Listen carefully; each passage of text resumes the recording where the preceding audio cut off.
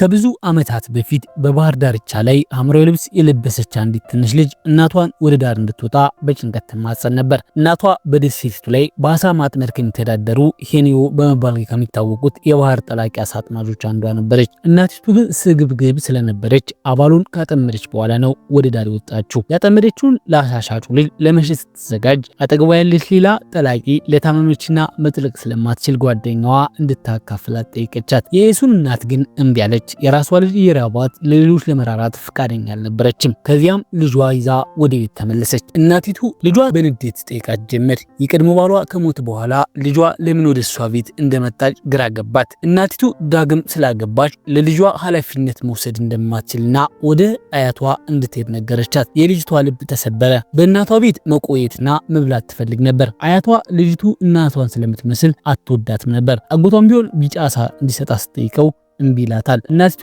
ያለምንም ርህራሄ ልጇን ሰደደቻት። ሲወጥም አዲሱ ባሏ ሲጋራ ሲደብቅ አየችው። ለሄኒዮ ጠላቂዎች ትንፋሽ መያዝ ወሳኝ በመሆኑ ሲጋራ ማጨስ እንደሞት ነበር። ባሏ ልጅቱ በቤት ውስጥ እንድትቆይ እና ታናናሾቿ እንድታሳድግ ሐሳብ አቀረበ። ሆኖም እናቲቱ በአያቷ ቤት መቆየት ትምህርት እንድታጠናቅቅ እንደሚረዳት ታውቅ ነበር። ከዚያም ልጅቱ ጥላ ሄደችውን እና ሁለተኛ ወጣችበትን ግጥም አነበበች። በግጥም ውስጥ እናቷ በባህር ላይ እንዳትሞት በመስጋት ሁልጊዜ አባሉን በማደን ላይ ብቻ ማተኮሯን ትወቅሳለች። አንድ አባሉን $100 እንደሚያወጣና ያን ያህል ገንዘብ አግኝታ እናቷን ከስራ እንድታሳርፍ እንደምትመኝ ጽፋ ነበር። እናቲቱ ግጥሙን ካነበበች በኋላ ልጇ ችግሯ እንደተረዳችላት ታውቃ አለቀሰች። ይህ በእንዲህ እንዳለ ኤሱን በአያቷ ቤት እራት እያዘጋጀች ሳለ የአሳ ሻጩ ልጅ ጓንሲክ 6 ቢጫ አሳዎችን ይዞ መጣ። አንዱን ለአያቱ ቤት፣ ሌላውን ደግሞ ለልጅቱ በልዩ ሁኔታ መጣላት። አጎቷ አሳውን ሊቀማ ሲል እናቲቱ በንዴት መጣ አሳውን ወረወረችበት። ልጇን ስለሚበድሉባትም መሳደብ ጀመረች። ከዚያም ልጇን ይዛ ሄደች። በባህር ዳርቻ ላይ ፊቷን እያጠበች እኔም ሙሉ ቀን ካንቺ ጋር ማሳለፍ ፈልጋለሁ አለቻት። ቶሎ አድጋ በቀን $100 እንድትሰጣትና እሷን መጥለቅ እንድታቆም እንደምትመኝ ነገረቻት። ተኝታ ያለችውን ልጇን እያየች ለሷ ከልብ የምታስብላት ልጅ ስላለቻት እፎይታ ተሰማት። ከዚያን ጊዜ ጀምሮ ኤሱን ከእናቷ ጋር መኖር ጀመረች። አንድ ቀን ኤሱን ከትምህርት ቤት እያለቀሰች መጣች። ብዙ ድምፅ አግኝታ እያለ የአንድ ባለሀብት ልጅ ቤተሰቦቹ ተጽዕኖ ስለፈጠሩ እሷ የክፍሉ ምክትል መሪ መደረጓን በመናገር አማረረች። እናቲቱ በልጇ ሁኔታ ተነክታ በሚያቃጥለው ፀሐይ ውስጥ እርሻ ላይ ነፍሰ ጡር አክስቷን ሰሊጥ ማጨድ ረዳቻት። ይህንንም ያደረገችው ለሰርግ የሚሆን እንቁ የአንገት ሐብል ተውሳ ትምህርት ቤት ሄዳ ክብሯን ለመጠበቅ ነበር። እናቲቱ በሚገባ ተኳኩላ የልጇን መምህር ለማግኘት ትምህርት ቤት ሄደች። የስጦታ አሳ ይዛ ነበር። ከወጣች በኋላ መምህሩ በአሳ ውስጥ በገንዘብ የተሞላ ኢንቨሎፕ አገኘና በጣም ተደሰተ። ከልጇ ጋር ወደ ቤት እየተመለሱ ሳለ ኤሱን እናቷን ማስቸግሯ ተጨነቀች። ምክትል መሪ መሆኑ እንደሚያበቃትም ነገረቻት። እናቷ ግን ምስኪኗ እኔ ነኝ እንጂ አንቺ አይደለሽም፣ አንቺ በህይወትሽ ተደሰቺ በማለት አበረታታቻት። በዚያ ምሽት የኤሱን እናት የተደበቁ ሲጋራዎችን በሙሉ ወደ እሳት ውስጥ ጣለች። ማጨስ ለማቆም ወሰነች። ምክንያቱም ልጇ ካደገች በኋላ መጀመሪያ የምታደርገው ነገር የእንቁ የአንገት ሐብል መግዛት እንደሆነ ነግራታለችና ያንን ቀን ለማየት በህይወት መቆየት ፈለገች። ሆኖም በሚቀጥለው በጋ የኤሱን እናት በጽኑ ታመመች። ሌሎች አሳ አጥማጆች እንዳትጠልቅና እንደሚረዷት ቢነግሯትም ለኛዋ እናት ከመለመን መስራት መረጠች። ለልጇ ተጨማሪ ገንዘብ ለማስቀመጥ ፈልጋ ነበር። ኤሱን በንዴት የእናቷን መጥለቂያ ልብስ አቃጠለች። ወደ ባህር ዳርቻው ሩጣ በመሄድ ለታላቁ እናቴ እንኳን አልራራም እያለች ባህሩን ድንጋይ ወረወረችበት። ጓንሲክ በዝምታ አጠገቧ መጥቶ የተጠበሰ ዶሮ ሰጣት። እያለቀሰች ስትበላ መቼም ቢሆን አንተን አላገባም ስትል ነገረችው። በምሽቱ እናቷ ኤሱን የተጠበሰ አባሉን አዘጋጀችላት። ልጇ ስታገባ እንደማታይ ስላወቀች የኤሱን ጥፍሮች በአንሶስላ ቀባችላት። ከሞተች በኋላ በአያቷ ቤት እንድትኖር መከረቻት። ምክንያቱም እዚያው ከቀረች የእንጀራ አባቷ አገልጋይ እንደምትሆን ታውቅ ነበር። አጎቷ በሰርጓ ቀን እንዲደራትና እንዳታሳፍራት ካልሆነ ግን ሰማይ ላይ ሆና እንደምታለቅስ ነገረቻት። በእንባ የታጀበ ምክር ንግግር ካደረገችላት በኋላ ኤሱንን አስተኛቻትና ብዙም ሳይቆይ ሕይወቷ አለፈ። በቀብር ስነ ስርዓቱ ላይ ኤሱን በድንጋጤ ውስጥ ነበረች። ጓንሲክ የስጋ ሾርባ ይዞላት መጣ። እሱን ስታይ የእናቷ ናፍቆት አይሎባት ስቅስቅ ብላለ ቀሰች። ኤሱን የእንጀራ አባቷን ቤት ለመልቀቅ አቅዳ ነበር። እሱ ግን ለአሳ ፍለጋ እንደሚሄድ ነግሮ ያሰው ወቅት እስኪያልቅ ታናናሾቹ እንድትጠብቅ ጠየቃት። በግዴታ ተስማማች። የእንጀራ አባቷ በሌለበት ልጆቹን እየተንከባከበች በጓንሲክ እርዳታ መሬቱን ታርሳለች። የእንጀራ አባቷ ግን እሷን እዚያው ለማቆየት የተለያዩ ሰዎችን ይፈልግ ነበር። ጓንሲክ ሁልጊዜ አሳና የሚያምር የፀጉር ጌጥ ይዞላት ይመጣ ነበር። በልጆቹ እንክብካቤ ህይወቷ አሰለች። የእንጀራ አባቷ ገንዘብ አግኝቶ ወደ ከተማ ሄዳ የምትወደውን ስነ ጽሑፍ እንድታጠና እንደሚያደርጋት ቃል ገባላት። ኤሱን ተስማማች። ጊዜያት አለፉ። ኤሱን በገበያው ውስጥ ከጓንሲክ አሳ መሸጫ ትይዩ አትክልት መሸጫ ጀመረች። እዚያው እየሸጠች ታጠና ነበር። እሱም ወንበር በማምጣት እና ቦታውን በማስተካከል ይረዳታል። ሌሎቹ ጠላቂዎች እነሱን እያዩ ፈገግ ይላሉ። የኤሱን እናት ጓንሲክ ልጇን ሲንከባከብ በማየቷ ሰማይ ላይ ሆና ፈገግ እንደምትል ይሰማቸዋል። የጓንሲክ እናት ግን ልጇን ኤሱን ሲረዳ እያየች ሞኝ ትለው ነበር።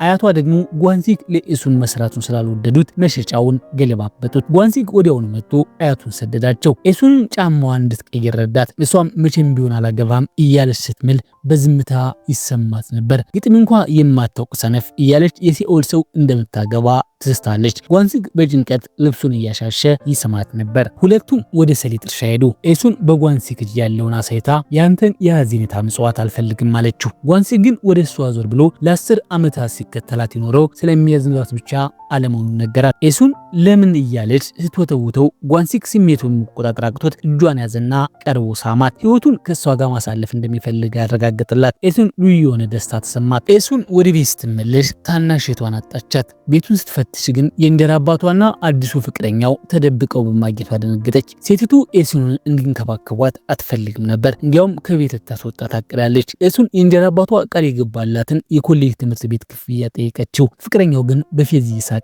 እሱ ቀድሞውኑ ዕዳ ውስጥ መሆኑንና ምንም አይነት ገንዘብ እንደሌለው ነገረቻት። ኤሱን ከእንግዲህ በራሷ ላይ ብቻ እንዳለ ረዳች። ኤሱን አማራጭ ስታጣ ወደ አጎቷ ሄዳ እንዲያስጠጋት ለመነችው። እሱ ግን ትምህርቷን አቁማ ቡሳን ውስጥ የሚገኝ ፋብሪካ ውስጥ እንድትሰራ እዚያም ምግብና ማረፊያ አግኝታ የምታገኘውን ደሞዝ ግማሹን ወደ ቤት እንድትልክ ጠየቃት። ዳግመኛ በአያቷ ቤተሰቦች ለመበዝበዝ ያልፈለገችው ኤሱን በተስፋ መቁረጥ ስሜት ወደ ጓንሲክ ሄደች። እያለቀሰችም ቤተሰቦቹ ትርፍ ክፍል ካላቸው አያቱን አሳምኑ እንዲያስጠጋት ጠየቀችው። አሁን ጓንሲክ በቀር ማንም የላትም። እዚሁ ቀርቼ የዚህ አካባቢ ሰው አግብቼ ምስኪን መሆኜ እቀራለሁ በሚል ሀሳብ ስቅስቅ ብላ ለቀሰች። ጓንሲክ የዋህ ስለነበር እሷ የምትወደውን ግጥም በከፍተኛ ድምፅ ያነብላት ጀመር። ኤሱን እንዲህ ካለ ሙይ ጋር ልኖር ነው በማለት በንዴት ዘለፈችው። ጓንሲክ ግን አጥብቆ አቀፋት። አያቱን ለመጠየቅ ባይደፍርም ከኤሱን ጋር ኮብልሎ ለመጥፋት ወሰነ። ኤሱን ከቤት ገንዘብ ከመውሰዷን በላይ የእንጀራ አባቷን ፍቅረኛ ጌጣጌጡ ሰረቀች። ከዚያም ልብሷን ለብሳ ጓንሲክን አገኘችው። ከሜዳቸውን በፊት ግን አንዴ ከኮበለሉ በኋላ ወደ ኋላ መመለስ እንደሌለና ምንም ቢፈጠር አብረው መጽናት እንዳለባቸው አስጠነቀቀችው። ጓንሲክ ምንም ሳይፈራ በደስታ ሳማትና ወደ ቡሳን በሚሄዱ ጀልባ ላይ ይዟት ተሳፈረ። ጀልባ ላይ ሰራተኞቹ መታወቂያ እንዲያሳዩ ጠየቋቸው። እነሱ ግን ኮብሎ ስለመጡ መታወቂያ አልነበራቸውም። ጓንሲክ እየተንቀጠቀጠ በቀለበት ጉቦ ሊሰጣቸው ቢሞክርም ኤሱን ወዲያውኑ አስቆመችው። ለሰራተኞችም ድምጿን ከፍ አድርጋ እኛ ባልና ሚስት ነን እንጂ የጠፋን ልጆች አይደለንም በማለት በድፍረት ተናገረች። ቡሳን ሲደርሱ ጌጣጌጡን ለመሸጥ ወደ ጌጣጌጥ ቤት ሄዱ። ባለቤቱ ብዙ ጥያቄዎች ሲጠይቋቸው እውነተኛው ጓንሲክ ከቤት መጥፋታቸውን አመነ። ባለቤቱም የጌጣጌጡ ምንጭ አጠራጣሪ መሆኑን ስለተረዳ አልቀበልም አላቸው። ገንዘብ ስላልነበራቸው ወደ አንድ ሞቴል ሄዱ። ቀለበት በመያዣነት ሰጥተው ለማደር ሞከሩ። የሞቴሉ ባለቤት አዲስ ተጋቢዎች እንደሆኑ በማሰብ በአዘኔታ እንዲያድሩ ፈቀደችላቸው። እንዲያውም 2 ሳህን ራመንና ሶዱ በነፃ ሰጣ በፍቅር እንዲያሳልፉ አበረታታቻቸው። ሆኖም ጠዋት ሲነቁ እቃቸው መጥፋታቸውን አወቁ። ባለቤቷን ሲጠይቋት ባዶ እጃቸውን ነው የመጣችሁት ብላ ካደች። እንዲያውም በነፃ ለማደር የመጣቸው ሌቦች ብላ ፖሊስ እንደምትጠራባቸው ዛተችባቸው። ኤሱን ባለቤቷ ገንዘባቸው ሁኔታ ወጥመድ እንደዘረጋችባቸው ተረዳች። መታወቂያ ስለሌላቸው ባለቤቷ እያስፈራራች አባረረቻቸው።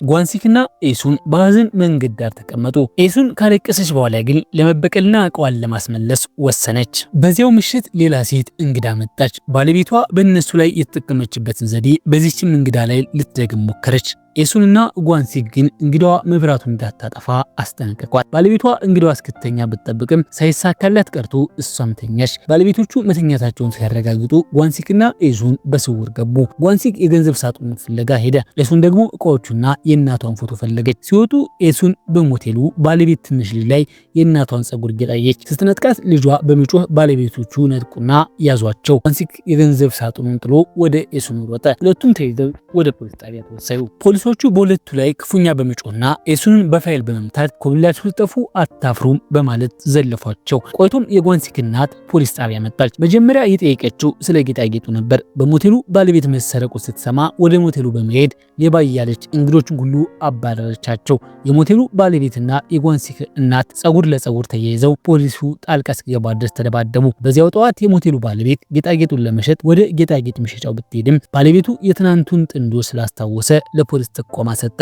በዚህም የጓንሲክ እናት የተሰረቀውን ዕቃ አስመልክታ ወጣቶችን ይዛ ወደ ደጁ ደሴት ተመለሰች። በዚያ ዘመን መኮብለል እንደ ትልቅ ነውርና ውርደት ይታይ ነበር። ኤሱን ከትምህርት ቤት ተባረረች። በደሴቱ ላይ ያለ ሰው ሁሉ ስለ ድርጊቱ ወሬውን አዳረሰው። አጎቷም ከእንግዲህ ለፋብሪካ ስራ እንኳ ብቁ አይደለሽም በማለት ወቀሳት። ከጓንሲክ በቀር ማንም ወንድ እንደማይቀበላት ግልጽ ነበር። ጓንሲክ ቤተሰቦቹን አሳምኖ ኤሱንን ለማግባት ቢሞክርም አባቱ ግን ትምህርት ካቆመችና ወላጅ ከሌላ ሴት ጋር አትጋባም በማለት ተቃወመው። ጓንሲክ በድንጋጤ ወደ ኤሱን ቤት ሮጠ። እሱ ከትምህርት የታገደው ለተወሰነ ጊዜ ብቻ ሆኖ ሳለ ኤሱን ግን ለምን በቋሚነት እንደተባረረች ሊገባው አልቻለም። የጓንሲክ አያት ግን በእኛ ዘመን ወንድ ሲኮበልል እንደ ጀግና ይታያል፣ ሴት ስትኮበልል ግን እንደ ውርደት ነው በማለት የዘመኑን ኢፍታዊነት አስረዱት። የጓንሲክ እናት ደግሞ ወደ ኤሱን ሄዳ ለልጄ የወደፊት ህይወት ስትይ በሱ መንገድ ላይ አትቁሚ በማለት ጫና ፈጠረችባት። ይህ ዘዴ ሰራ።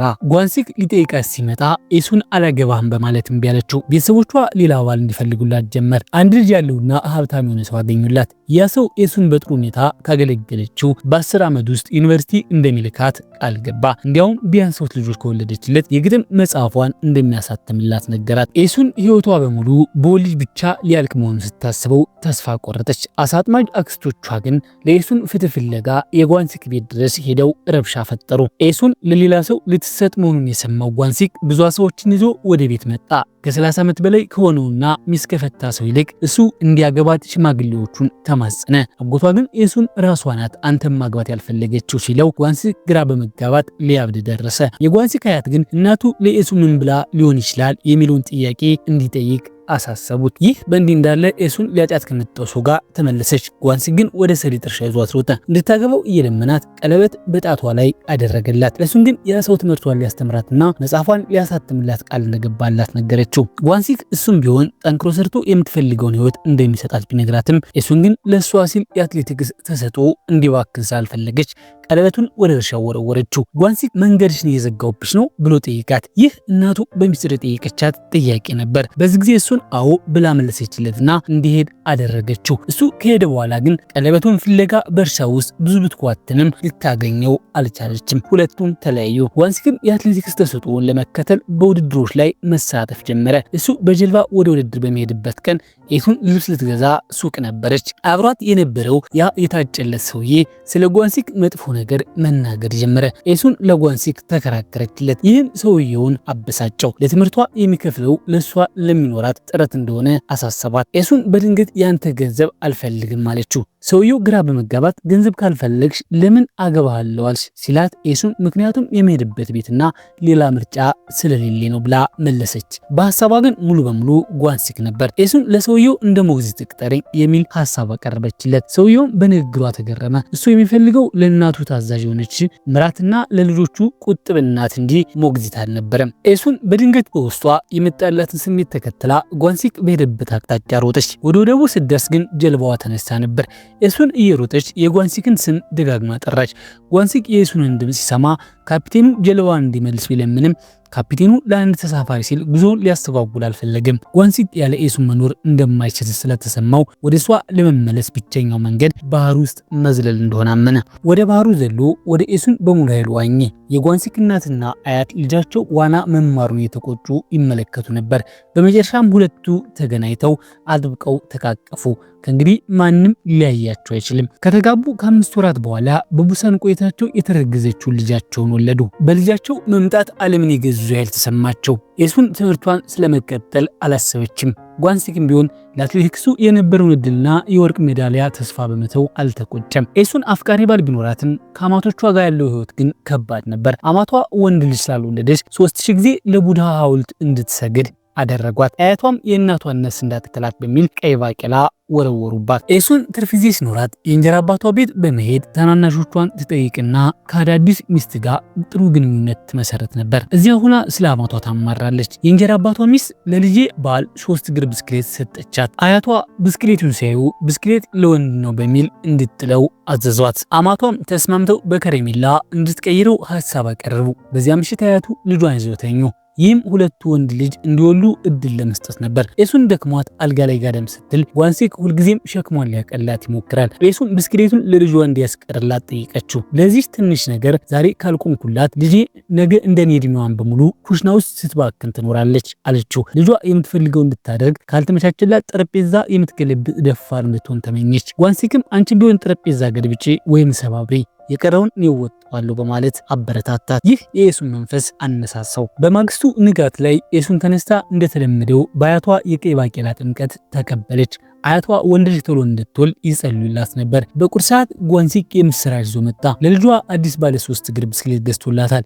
እናቱ በብስክሌቱ ዋጋ ልክ ከረሜላ መቀየር ከፈለጉ ምንም ቅሬታ እንደሌለው በመናገር የልጁን የመንዳት መብት በብልሃት አስከበረ። በቤታቸው ውስጥ በምግብ ሰዓት የሚጠበቅ አንድ ወግ ነበር። አያቷና የቤት ወንዶች በዋና ጠረጴዛ ላይ ሲቀመጡ፣ ሴቶች ደግሞ ለብቻቸው በሌላ ጠረጴዛ ላይ ይቀመጣሉ። በዋናው ጠረጴዛ ላይ በሚቀርቡት ሳህኖች ውስጥ ብዙ አተር ይገኝ ነበር። ጓንሲክ ልጁ አተር እንደምትወድ ስለሚያውቅ ከኤሱን አጠገብ ተቀመጠና በሳህን ውስጥ የነበረውን አተር በሙሉ ሰጣ። ከእንግዲህ በጠረጴዛ ላይ እንደሚመገብ ማወጀ። በጓንሲክ ፍቅር የታጀበው ኤሱን በቤቱ ውስጥ ያለውን ህይወት ያን ያህል ከባድ አልሆነባትም። በየቀኑ በደስታ ወደ ስራ ትሸኙ ነበር። ብዙም ሳይቆይ ኤሱን በድጋሚ አረገዘች። የጓንሲክ እናት ለቤተሰቡ ገንዘብ እንድታገኝ የልጅ ልጃቸው ሄንዬ የባህር ጠላቂ ለማድረግ ወሰኑ። ኤስን ግን እናቷን በመጥለቅ ምክንያት በደረሰባት የመተንፈሻ አካል ህመም መሞቷን በማስታወስ በከፍተኛ ድምጽ ተቃወመች። እናቷም መቼም ቢሆን ጠላቂ እንዳትሆን ወይንም ለማቾቿ ባሪያ እንዳትሆን ባስጠንቅቃት ነበር። ኤሱን ልጇ በእናቷ መንገድ እንድትጓዝ ባለመፍቀድ ጸናች። የድፍረት አያቷን ስላስቆጣቸው ኤሱንን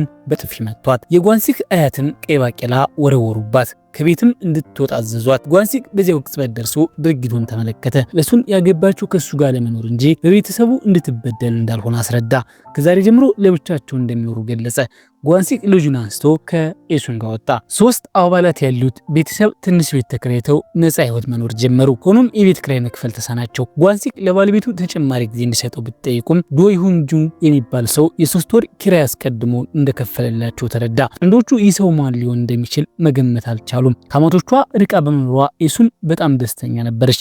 ጓንሲክ አሳ በማጥመድ ገንዘብ እንደሚያገኝ ብታውቅም ለየትኛው ካፒቴን እንደሚሰራ ግን አታውቅም ነበር። አንድ ቀን ጓንሲክ በሞቃት አየር ጠባይ እንኳ ረጅም እጅጌ ያለው ልብስ እንደሚለብስና መጎዳቱን እያስተዋለች ሱሪውን ከፍ አድርጋ ስታይ ቁስሉን ተመለከተች። ልትረዳው ፈልጋ ወደ ካፒቴኑ ቤት ስጦታ ይዛ ስትሄድ ካፒቴኑ ከዚህ ቀድሞ ከጓንሲክ ጋር የቆየ ቂም የነበረውና ጓንሲክን የበታችነት ስሜት የሚያውሰው መሆኑን አወቀች። ባለቤቱ እንደነገረቻት ጓንሲክ በቆሰለበት ቀን ካፒቴኑ ሆን ብሎ ጉዞን በማዘግየቱ ጓንሲክ በህመም እንዲሰቃይ አድርጎ ነበር። የካፒቴኑ ሚስት ባሏ መጥፎ ጠባይ እንዳለው ብታውቅም ወንዶች ሲሰሩ ግጭት ይኖራል በማለት ነገሩን ለማቅለል ሞከረች። ኤሱን ስህተት ነው፣ ሌሎች የሱን ስህተት መታገስ የለባቸውም በማለት ተናገረች። ስጦታውን ትታ ጓንሲክን ፍለጋ ወደ ወደቡ ስትሄድ ያ ሰው ጓንሲክን ሲመተዋየች። ኤሱን እየሮጠች በመሄድ ጓንሲክ ከእንግዲህ ለሱ እንደማይሰራ በይፋ ተናገረች። ከመሄዷ በፊትም ሰውየውን መታቸው። አሳማና ከውሻ የባስክነህ ስትል ረገመችው። ጥንዶቹ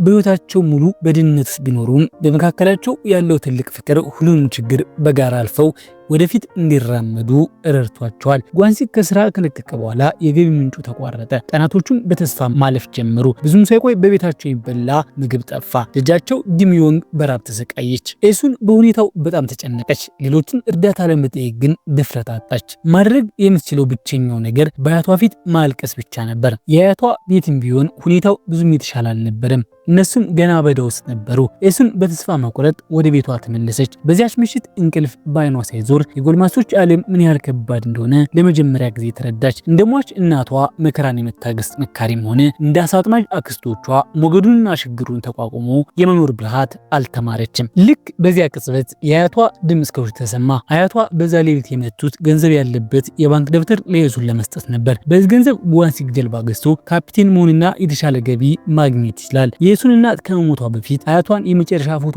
አብራት እንድትነሳ ጠይቃቸው ነበር። በዚያን ጊዜም ኤሱንን ለእናቷ አደራ ሰጥታ ነበር። ልጇን በሚገባ ስለምታውቃት ኤሱን ካልጨነቃት በቀር አያቷን እንደማትጠይቅ ታውቅ ነበር። እንደዚህም ያለ ቀን ከመጣ አያቷ ስለሟች ልጃቸው ወይም ስለ ኤሱን አባት ብለው ኤሱን እንዲረዷት ተማጽኗቸው ነበር። አያቷም ኤሱንን በሚገባ እንደሚንከባከቧት ለምራታቸው ቃል ገብተው ነበር። ይህንን የሰማችው ኤሱን በእንባ ታጠበች። በህይወቷም ጥሩና ሰላማዊ ሰው ለመሆን ቃል ገባች። በገንዘቡ ጓንሲክ ጀልባ ገዝቶ ካፒቴን ሆነ። በዚህ የደስታ ወቅት የኤሱን ምጥ መጣ። ሁለተኛ ልጃቸው ሊወለድ የቀናት እድሜ እንኳን አልቀረውም ነበር። ጓንሲክ ኤሱንን በፍጥነት ወደ ሆስፒታል ወሰዳት። ወንድ ልጅ ከተወለደ በኋላ በኤሱንና በአማቶቹ መካከል ያለው ግንኙነት ቀስ በቀስ እየተሻሻለ መጣ። ኤሱን ደግና ይቅር ባይ ስለነበረች ቀደም ሲል አማቶቿ ከቤት ያባሯት መጥፎ ትስታ ረስተው ነበር። ጓንሲክ ግን አሁንም እናቱ ኤሱንን እንዳታስቸግራት ይሰጋ ነበር። ኤሱን ግን ወንድ ልጅ ወልጄ ላለው አንተም ካፒቴን አድርጌያለሁ፣ እናትህ እንኳ ብትሆን የኔን ውለታ ከመቀበል ውጭ አማራጭ የላትም በማለት አረጋጋቸው። አማቶቹ ከሄዱ በኋላ ጓንሲክ ሌላ ትልቅ የምስራች ለኤሱን ነገራት። በመጨረሻ የራሳቸው ቤት ኖራቸው። በአዲሱ ቤታቸው ደጃፍ ላይ ስትቆም ኤሱን ህልም መሰላት። ጓንሲክ የገዛው የድሮ የእናቷን ቤት ነበር። ኤሱን የልጅነት ትዝታዋ መጣባት። እናቷ ዳግም ባገባች ጊዜ አጋጣሚውን ሁሉ ስትጠቀም ከአያቷ ቤት በማኮብለል በተራራው መንገድ አቋርጣ እናቷን ፍለጋ የምትሄድበት ጊዜ አስታወሰች። እናቷም የልጇን ድምፅ ስትሰማ በታላቅ ፍቅር ታቅፋት ነበር። አሁን ጓንሲክ ከባለቤቱ ጋር ተነጋግሮ ቤቱን ለኤሱን ገዝቶላታል። ህልሟንም እውነት አደረገው። ከቤቱ ጋር ቀስ በቀስ የቤት እቃዎችን ማሟላት ጀመሩ። አዲሱ ቤታቸው ደጃፍ ላይም የቤተሰብ ፎቶ ተነሱ። ኤሱን ለሶስተኛ ጊዜ አረገዘች። በአንድ ሞቃት ምሽት እናቷ በህልሟ ታየቻትና ጎረቤትሽ መኪና ገዛች እያለች ደጋግማ ነገረቻት። መጀመሪያ ላይ ኤሱን እናቷ ጓንሲክን ከጎረቤት ጋር እያወዳደረች የምትነቅፈው መሰላት። ነገር ግን ስትነቃ በሆዷ አካባቢ ከባድ ህመም ተሰማት። ልጇን ጊሚዮንግን አነቃችና ጎረቤታቸው እንድትጠራ ላከቻት። በእናቷ የህልም ምክር መሰረት በጎረቤቷ መኪና ተሳፍራ ወደ ሆስፒታል ሄደች። በዚያም ሁለተኛ ወንድ ልጇን ወለደች። ካገገመች በኋላ ደቡብ ኮሪያ ፕሬዝዳንታዊ ምርጫ በሚካሄድበት ወቅት በደሴቲቱ መንደር ሊቀመንበርና ምክትል ሊቀመንበር ይመርጡ ነበር። በመንደሩ ነዋሪዎች ድጋፍ ኤሱን የመንደሩ ምክትል ሊቀመንበር ሆና ተመረጠች። በዚያ ወቅት መንግስት ማህበራዊ ውዝዋዜ በሚያዘወትሩ ወንዶችና ሴቶች ላይ ጥብቅ ቁጥጥር ያደርግ ነበር። ኤሱን የህግ አስከባሪ ቡድን አባል በመሆን በአንድ ውዝዋዜ ማሰልጠኛ ማዕከል የሴቶች መጸዳጃ ቤት ፈተሸች። እዚያም የመንደሩ ሊቀመንበር ሚስትና ልጅ ተደብቀው አገኘቻቸው። ሊቀመንበሩ መጥፎ ጠባይ ያለው ሰው በመሆኑ ሁኔታው አሳሳቢ ነበር። ኤሱን ግን በድብቅ በመጸዳጃ ቤቱ መስኮት በኩል እንዲያመልጡ ረዳቻቸው። ሲያመልጡ ድምጽ ቢሰማም ኤሱን ሌሎቹ እንዳይከተሏቸው በማድረግ ሸፈነችላቸው። በሚያመልጡበት ጊዜ የሚስቱ አንድ ጫማ ወድቆ ቀረ። ሊቀመንበሩም ጫማውን ሲያየው የሚስቱ መሆኑን አወቀ። ከጥቂት ጊዜ በኋላ የሊቀመንበሩ ሚስት ኤሱን ስላደረገችላት እርዳታ አመሰገነቻት። በቤቷ ከባሏ የሚደርስባትን የቃላት ጥቃትና ውዝዋዜ ለሷ የአእምሮ ማሳረፊያ እንደሆነ ነገረቻት። ኤሱን በራስ መተማመን ያላትና የተከበረ ሴት ሆና በማየቷ የሊቀመንበሩ ሚስት በቅናት አየቻት። በባህላዊ አመለካከት ሴቶች ጀልባ ላይ መውጣት በባህር ላይ ለሚሰሩ ወንዶች እድል ያርቃል ተብሎ ይታመን ነበር። ስለዚህ ጓንሲክ ወንድ ልጁን ብቻ ይዞ ይሄድ ነበር። ኤሱና ልጇ ጊሚዮን ግን ዳር ላይ ይቀሩ ነበር። ጓንሲክ ይህንን ባህል በመቃወም እጆቹን ወደ እነሱ ቢዘረጋም ልጁ ጊሚዮን ለመሳፈር ስትጓጓ በባህሉ ተጽዕኖ ምክንያት ወደ ኋላ እንድትል ተደረገ። ኤሱን ግን ልጇ በዚህ የተሳሳተ እምነት እንድታድግ ስላልፈለገች በድፍረት አበረታታቻት። ጊሚዮን ግን ራሷን ችላ ወደ ጀልባዋ በመውጣት ያንን የቆየ ባህል በተግባር ሰበረችው። ይህም ለጊሚዮን ወደፊት ለሚኖራት ጠንካራ ስብዕና ትልቅ መሰረት ሆነላት። ልጆቹ እያደጉ መጡ። አንድ ቀን የኤሱን ታናሽ ልጅ የከረሜላ ማሰሮ ሰበረ። ኤሱን ልጇ እያለቀሰ እሱን ችላ ብላ ከረሜላውን በመልቀም ላይ ያለች ውጭ ከባድ ማዕበል እየተነሳ ነበር። የጊሚዮን ጓደኛ መጣ። ጊሚዮን በብስክሌት አደጋ እንደደረሰባት ነገረቻት። ኤሱን ልጆቹን ለጎረቤቷ አደራ ሰጥታ በፍጥነት ወደ ልጇ ሄደች። ጎረቤቷ ግን እንቅልፍ ይዟት ኖሮ አልሰማቻትም። ኤሱን ስትመለስ ሁለቱ ወንድ ልጆቿ ጠፍተው ነበር። ታላቅ ልጁ በባህር ዳርቻ ተገኝቶ ወደ ቤት ተመለሰ። ታናሹ ግን ወንድሙን ፍለጋ ወጥቶ በከባድ ማዕበል ውስጥ ጠፋ። የመንደሩ ሰዎች ቢፈልጉም በመጨረሻ ሌላ አሳ አጥማጅ የታናሹ ልጅ አስከሬን ይዛ መጣች። ኤሱን በከባድ ሐዘን ተሰበረች። በዚያ ማዕበል ውስጥ የልጇን እንደበረዶ የቀዘቀዘ አካል አቅፋ ወደ ሆስፒታል ልወሰደው እያለች ትጮህ ነበር። ይህ አደጋ የደስተኛውን ቤተሰብ ሕይወት አናጋ። ኤሱን ልጇን ከመቆጣት ይልቅ አቅፌ ቢሆን ኖሮ እያለች ተቆጨች። ኤሱንና ጓንሲክ በሐዘን ተውጦ የቀሩትን ልጆቻቸውን ሽሚት ዘነጉ። ታላቅ ልጃቸው ኤሱን የምትወቅሰው መስሎት ሊያናግራት ይፈራ ነበር። እሱ ራሱ ታናሹን ባለመጠበቁ ራሱን ወቅስ ነበር። ጊሚዮን ግን በዚያ ቀን ብስክሌት መንዳቷ ለወንድሟ ሞት ምክንያት እንደሆነ በማሰብ በጸጸት ትሰቃይ ነበር። ወላጆቹ ይህንን ሲረዱ ልጆቻቸውን አቅፈው አለቀሱ። ለመለወጥ በመወሰን ጓንሲክ ወደ ስራ ተመለሰ። ኤሱን ግን በባህሩ እናቷንና ልጇን ስለቀማት በባህሩ ላይ ቂም ያዘች። ጓንሲክ ግን እንደ ብርቱ ሰው ቤተሰቡን ደገፈ። ልጆቻቸው በጸጸት እንዳይኖሩ እነሱ ጠንክረው መኖር እንዳለባቸው ተረዳ። ኤሱን ልጇ የተገኘበትን ቦታ እሷ ሁልጊዜ ጓንሲክን ለመጠበቅ ልጆቿን ይዛ የምትሄድበት ቦታ መሆኑን ስትናገር ጓንሲክ በፍጹም አልወቀሳትም። እሱ ራሱ በዚያ ቀን ለስራ መውጣቱ ታናሽ ልጁን እንዲያጣ እንዳደረገው በማሰብ ለዓመታት በጸጸት ሲሰቃይ ኖረ። የልጁን ሞት ሲመዘገብ እያንዳንዱ ፊደል ልቡን ይሰብረው ነበር። ኤሱን ከጎረቤቶቿ ምግብና ድጋፍ ማግኘት ጀመረች። ያኔ በሚስጥር የቤት ክራይዋን የከፈለላት ሰው የእንጀራ አባቷ አዲሷ ሚስት እንደነበረች ታወቀ። እሷም ከመሄዷ በፊት ኤሱን በድብቅ ተረዳት ነበር። ኤሱን ራሷን ገና እንደበረቱ ሰው ባትቆጥርም በፍቅርና በደግነት እንዲያድጉ ለረዷት ሰዎች ምስጋናዋ የላቀ ነበር። ጊሚዮንግ አድጋ በታዋቂው የሴኡል ብሔራዊ ዩኒቨርሲቲ ተቀባይነት አገኘች። በመጀመሪያ የትምህርት ቀኗም የወደፊት ፍቅረኛዋን አገኘች። በዚህ መሃል በደሴት ላይ ያሉ አሳ አጥማጆች ከመንግስት ባለስልጣናት ጋር ሲጨቃጨቁ ኤሱን ደረሰች። የሴኡል ኦሎምፒክ መቃረቡን ተከትሎ መንግስት የጄጁ ደሴት የመንደር ዳር መጫወቻዎች እንዲነሱ ወስኖ ነበር። አሳ አጥማጆቹ ለመልቀቅ ፈቃደኛ ስላልነበሩ ምክትል ሊቀመንበሯ ኤሱንን እንድትመጣ ጠሩ። ኤሱንም ምንም ሳትናገር ሊያፈርስ የመጣውን ቡልዶዘር ፊት ለፊት ተጋደ ከፈለጋችሁ በኔ ላይ ንዱት በማለት በድፍረት ተጋፈጠች። ይህም ቡድኑ ተስፋ ቆርጦ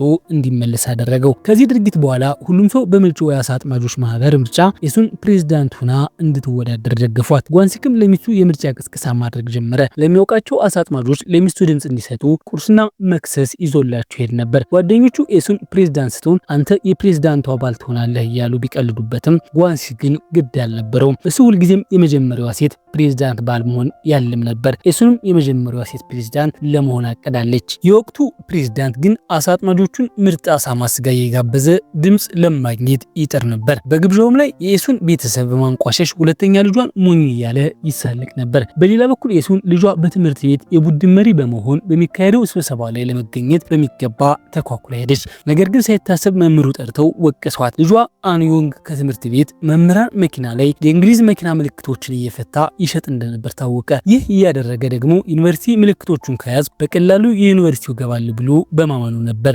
በተጨማሪም ትምህርት ቤት ውስጥ እንደ ትንሽ ነጋዴ ሆኖ የተለያዩ ንግዶችን ያካሄድ ነበር። ኤሲን በጣም ማዝና ልጇ ቢያንስ እንደ ጊሚዮንግ ግማሽ ያህል ጎበዝ እንዲሆን መከረችው። ኤሱን ከትምህርት ቤት ስትመለስ ፕሬዝዳንቱ እንደገና ድል ያለ ግብዣ አዘጋጅቶ ድምጽ ለማሰባሰብ ወደሚጥርበት ምግብ ቤት ሄደች። ፕሬዝዳንቱ ቦታዬን ትነጥቀኛለች በሚል ፍራቻ ኤሱንን ማንቋሸሽ ቀጠለ። ጠላቂዎቹ ኤሱን እንድትታገለውና የፕሬዝዳንቱን ድክመት እንድታገልጥ መከሯት። በግብዣው ላይ ሰክሮ የነበረ ፕሬዝዳንት ከአንዲት ሴት ደላላ ጋር በሚስጥር ተገናኘ። ደላላዋ የኦሊምፒክ ችቦ መንደሩን ሲያልፍ የመንደሩ ዳር ነጋዴዎች እንዲነሱና የሪል ስቴት ዋጋ እንዲጨምር ትፈልግ ነበር። ከትርፉም 30% ለፕሬዝዳንቱ ልትሰጠው ተስማማች። ፕሬዝዳንቱም አላግባብ ወደሷ መጠጋት ሲጀምር ኤሱን ድንገት ክፍሉን ሰብራ በመግባት ድርጊታቸውን አስቆመች። ከዚያም ትዕይንቱ ለአሳ አጥማጆች ሁሉ አጋለጠች። እንደተጠበቀውም ኤሱን የአሳ አጥማጆች ማህበር ፕሬዝዳንት ሆና ተመረጠች። የድል በዓል ግብዣ አዘጋጅታ በደስታ እየዘፈነችና እየጨፈረች ስታከብር ልጇ አንዮንግ አባቱ እናቱ እንዲያስቆማት ለመነው።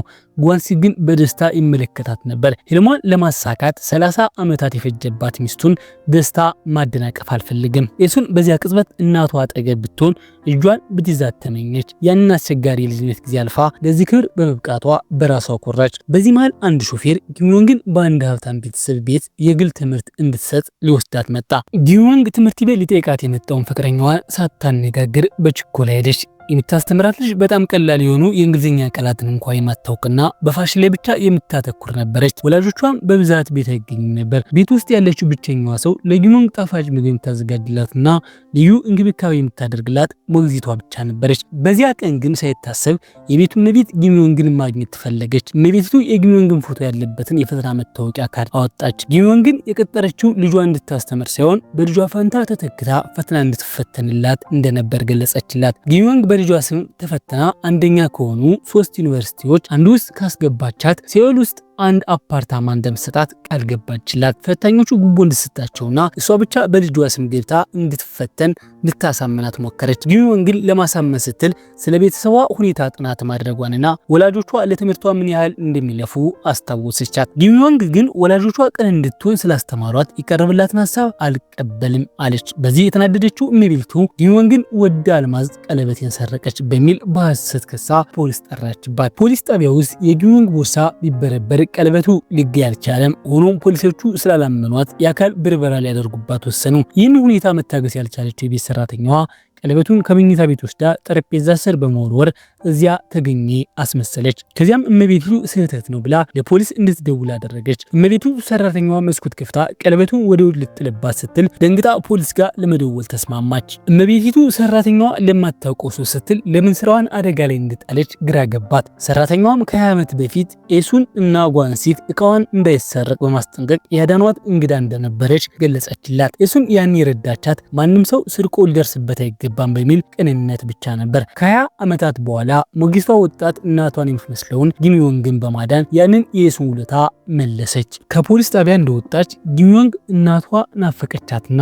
ደወለችላት። ነገር ግን የእናቷን የጭንቀት ድምፅ ስትሰማ ምንም መናገር አቅቷት በእንባ ታጠበች። ኤሱን ጓንሲክ ከከንቲባው ጋር በሴኡል ሙዚየም ለመጎብኘት ጥሪ የተደረገለትና እሷንም ሊጠይቃት እንደሚችል ነገረቻት። ጊሚዮንግም በፍጥነት ወደ ባቡር ጣቢያ ስትሄድ አባቷ አግዳሚ ወንበር ላይ ተቀምጦ አገኘችው። በውስጧ ያለውን ጭንቀት ላለማሳየት እየሞከረች አብረው ኑድል ተመገበች። ትምህርት እድል ስላላገኘችና ከዶርም እንድትወጣ ስለተጠየቀች አማረረች። ስኬቷ ለወላጆቿ ሸክም እንደሆነባትና የምትፈልጋቸው ነገሮች በመጨረሻው የጥፋተኝነት ስሜት እንዲሰማት አድርጓል። ጓንሲክ ግን የልጁን መስዋዕትነት ተረድቶ እኔ ጠንክሬ ያሳጠምዳለሁ፣ አንቺ ብቻ የምትፈልጊውን አድርጊ፣ ስለ ቤት ኪራይ አትጨነቂ በማለት አጽናናት። አባቷ ሲሄድ ጊሚዮንግ በእጇ ላይ ያለውን የሙዚየም ጉብኝት ምልክት አየች።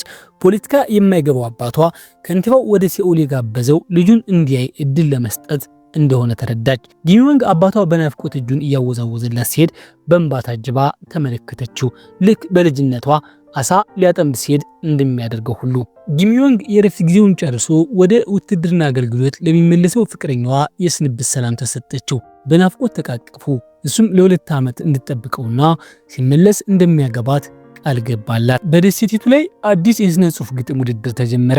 እሱን የራሷን የሁለተኛ ደረጃ ትምህርት ቤት የግጥም ውድድር እያስታወሰች በዝግጅቱ ላይ አነስተኛ መሸጫ ከፈተች። አሳ አጥማጅ አክስቶቿ እሱን ያላትን ተሰጥኦ እያደነቁ እሷም እንድትሳተፍ መከሯት። እሱን ግን ውድድሩ የሁለተኛ ደረጃ ተማሪዎች ነው፣ ጣልቃ መግባት የለብኝም በማለት በፈገግታ መልሰችላቸው። እሱን የድሮ ትምህርት ቤት ጓደኛዋን አግኝታ ተረበሸች። የተረበሸችው ግን ስለተገናኙ ሳይሆን የጓደኛዋ ልጅ ስታይ በህይወት ቢኖር ኖሮ ታናሽ ልጇ ሊሆን የሚችለውን እድሜ ላይ ስለነበር እሱን ማየት ስለከበዳት ነው። ጓንሲክም ተመሳሳይ ስሜት ተሰማው። ልጁ ዛሬ በህይወት ቢኖር ኖሮ የ15 ዓመት ወጣት እንደሚሆን በማሰብ በዚያ እድሜ ላሉ ልጆች ብስኩት ይሰጥ ነበር። በዚህ መሃል አንዲት ፕሮፌሰር ጊሚዮንግን በጃፓን እንድትማር ልትረዳት እንደምትፈልግ ነገረቻት። ጊሚዮንግ በጣም ተደስታ ዜናውን ወዲያውኑ ለእናቷ አጋራች። ኤሱን ስለ ክፍያው ጠይቃት ጊሚዮንግ ለአንቺ ብነግርሽም ባልነግርሽም በመንገድ ዳር ሱቅሽ በምታገኘው ገንዘብ የትምህርቱን ክፍያ አትችይውም በማለት መለሰችላት። ይህም በመካከላቸው ለጭቅጭቅ ምክንያት ሆነ። በኋላ ላይ ግን ኤሱን ለልጄ የተሻለ ህይወት መስጠት ባለመቻሏ የሚሰማትን የጥፋተኝነት ስሜት ለጓንሲክ ነገረችው። ጓንሲክም ምንም የማልጠቅም ሰው ነኝ በማለት ሚስቱና ልጁ በሱ ምክንያት ችግር ውስጥ መውደቃቸውን እያሰበ ተከፋ። ብዙም ሳይቆይ ቤተሰቡ ወደ ከተማ ለመዛወር ተዘጋጀ። ኤሱን የሞተውን ልጇን መንፈስ አዲስ ቤታቸውን እንዲያገኝ በማሰብ የከረሜላ ማሰሮና የአዲሱን ቤታቸውን አድራሻ በመስኮት ጠርዝ ላይ አስቀመጠች። ወደ አዲሱ ቤት በሄዱበት ዕለት ጊሚዮንግ በዓለም አቀፍ በረራ ወደ ጃፓን ጉዞ ጀመረች። ወላጆቿ የለፉበትን ገንዘብ በእጇ ጥብቃ ይዛ በእንባ ታጠበች። ወላጆቿ ለልጃቸው የተሻለ ህይወት ለመስጠት ያልፈነቀሉት ድንጋይ አልነበረም። የሱን እናት ልጇ በነፃነት እንድትኖር ትመኝ ነበር። እሱንም የእናቷ ምክር በማስታወስ ልጇ በነፃነት እንድትኖርና ህልማን እንድታሳካ የተቻላትን ሁሉ አደረገች። ኤሱን ቤቷን ሸጣ ወደ አንድ ትንሽ አፓርታማ ተዛወረች። ጓንሲክ ድሃ ስለሆንኩ ነው ኤሱን እንዲህ ያለ አሮጌ ቤት ውስጥ እንድትኖር ያደረኳት በማለት ራሱን ወቀሰ። በንዴትም ወዲያውኑ የመኝታ ቤቱን ግድግዳ በአበባ ባላቸው ጌጣጌጦች ለወጠው። ለሚስቱም አዲስ መጋረጃ እንደምትፈልግ በጉጉት ጠየቃት። ኤሱን የባሏን ሀሳብ ተረዳችና ፈገግ ብላ የምትኖረው የትም ቢሆን ግድ የለኝም ከአንተ ጋር እስከሆንኩ ድረስ ያ ቦታ ቤቴ ነው አለችው። ጥንዶቹ ተያይዘው ፈገግ አሉና አዲሱን ቤታቸውን በጋራ ማስዋብ ጀመሩ። መጀመሪያ ላይ ኤሱን ከ3 አሳ አጥማጆች አክስቶች ጋር በመሆን የአሳ መሸጫ ሱቅ ለመክፈት አቅዳ ነበር። ነገር ግን ያጠራቀመችውን ገንዘብ በሙሉ ለልጇ ትምህርት ስለሰጠች አሁን ለጊዜው ከሱቅ ውጭ አነስተኛ መሸጫ ለመክፈት ተገደደች። የአሳ መሸጫ ሱቅ በተከፈተበት ዕለት ፎቶ ተነስተው ለጊሚ ወንግ ላኩላት። ጊሚ ወንግ እናቷ ከትልልቅ ሱቅ አጠገብ ለብቻዋ በመንገድ ላይ ተቀምጣ ስትሸጥ በሚያሳየውን ፎቶ ስታይ ከማልቀስ ውጭ ምንም ማድረግ አልቻለችም። እንግዲህ የወላጆቼ ህልም መቼም አልሰርቅም ስትል ራሷን ወቀሰች። ከአንድ ዓመት በኋላ ትምህርት ቆይታዋን አጠናቃ ጊሚ ወንግ ወደ ኮሪያ ተመለሰች። ገንዘብ ለመቆጠብም በሴኡል ዳርቻ በሚገኝ ተራራማ አካባቢ አንድ ያረጀ ክፍል ተከራየች። የቤቱ ባለቤትም በጣም አስቸጋሪ ሰው ስለነበር በጊሚ ወንግ ክፍል በር ላይ ቁልፍ ለመግጠም ፈቃደኛ አልሆነም። ጊሚ ወንግ ለደህንነቷ ስትል በሩን በከባድ ቁም ሳጥን ዘጋችው። በሩን ዘግታ እንዳበቃች የቤቱ ባለቤት በሩን በኃይል ሲያንኳኩ ሰማች።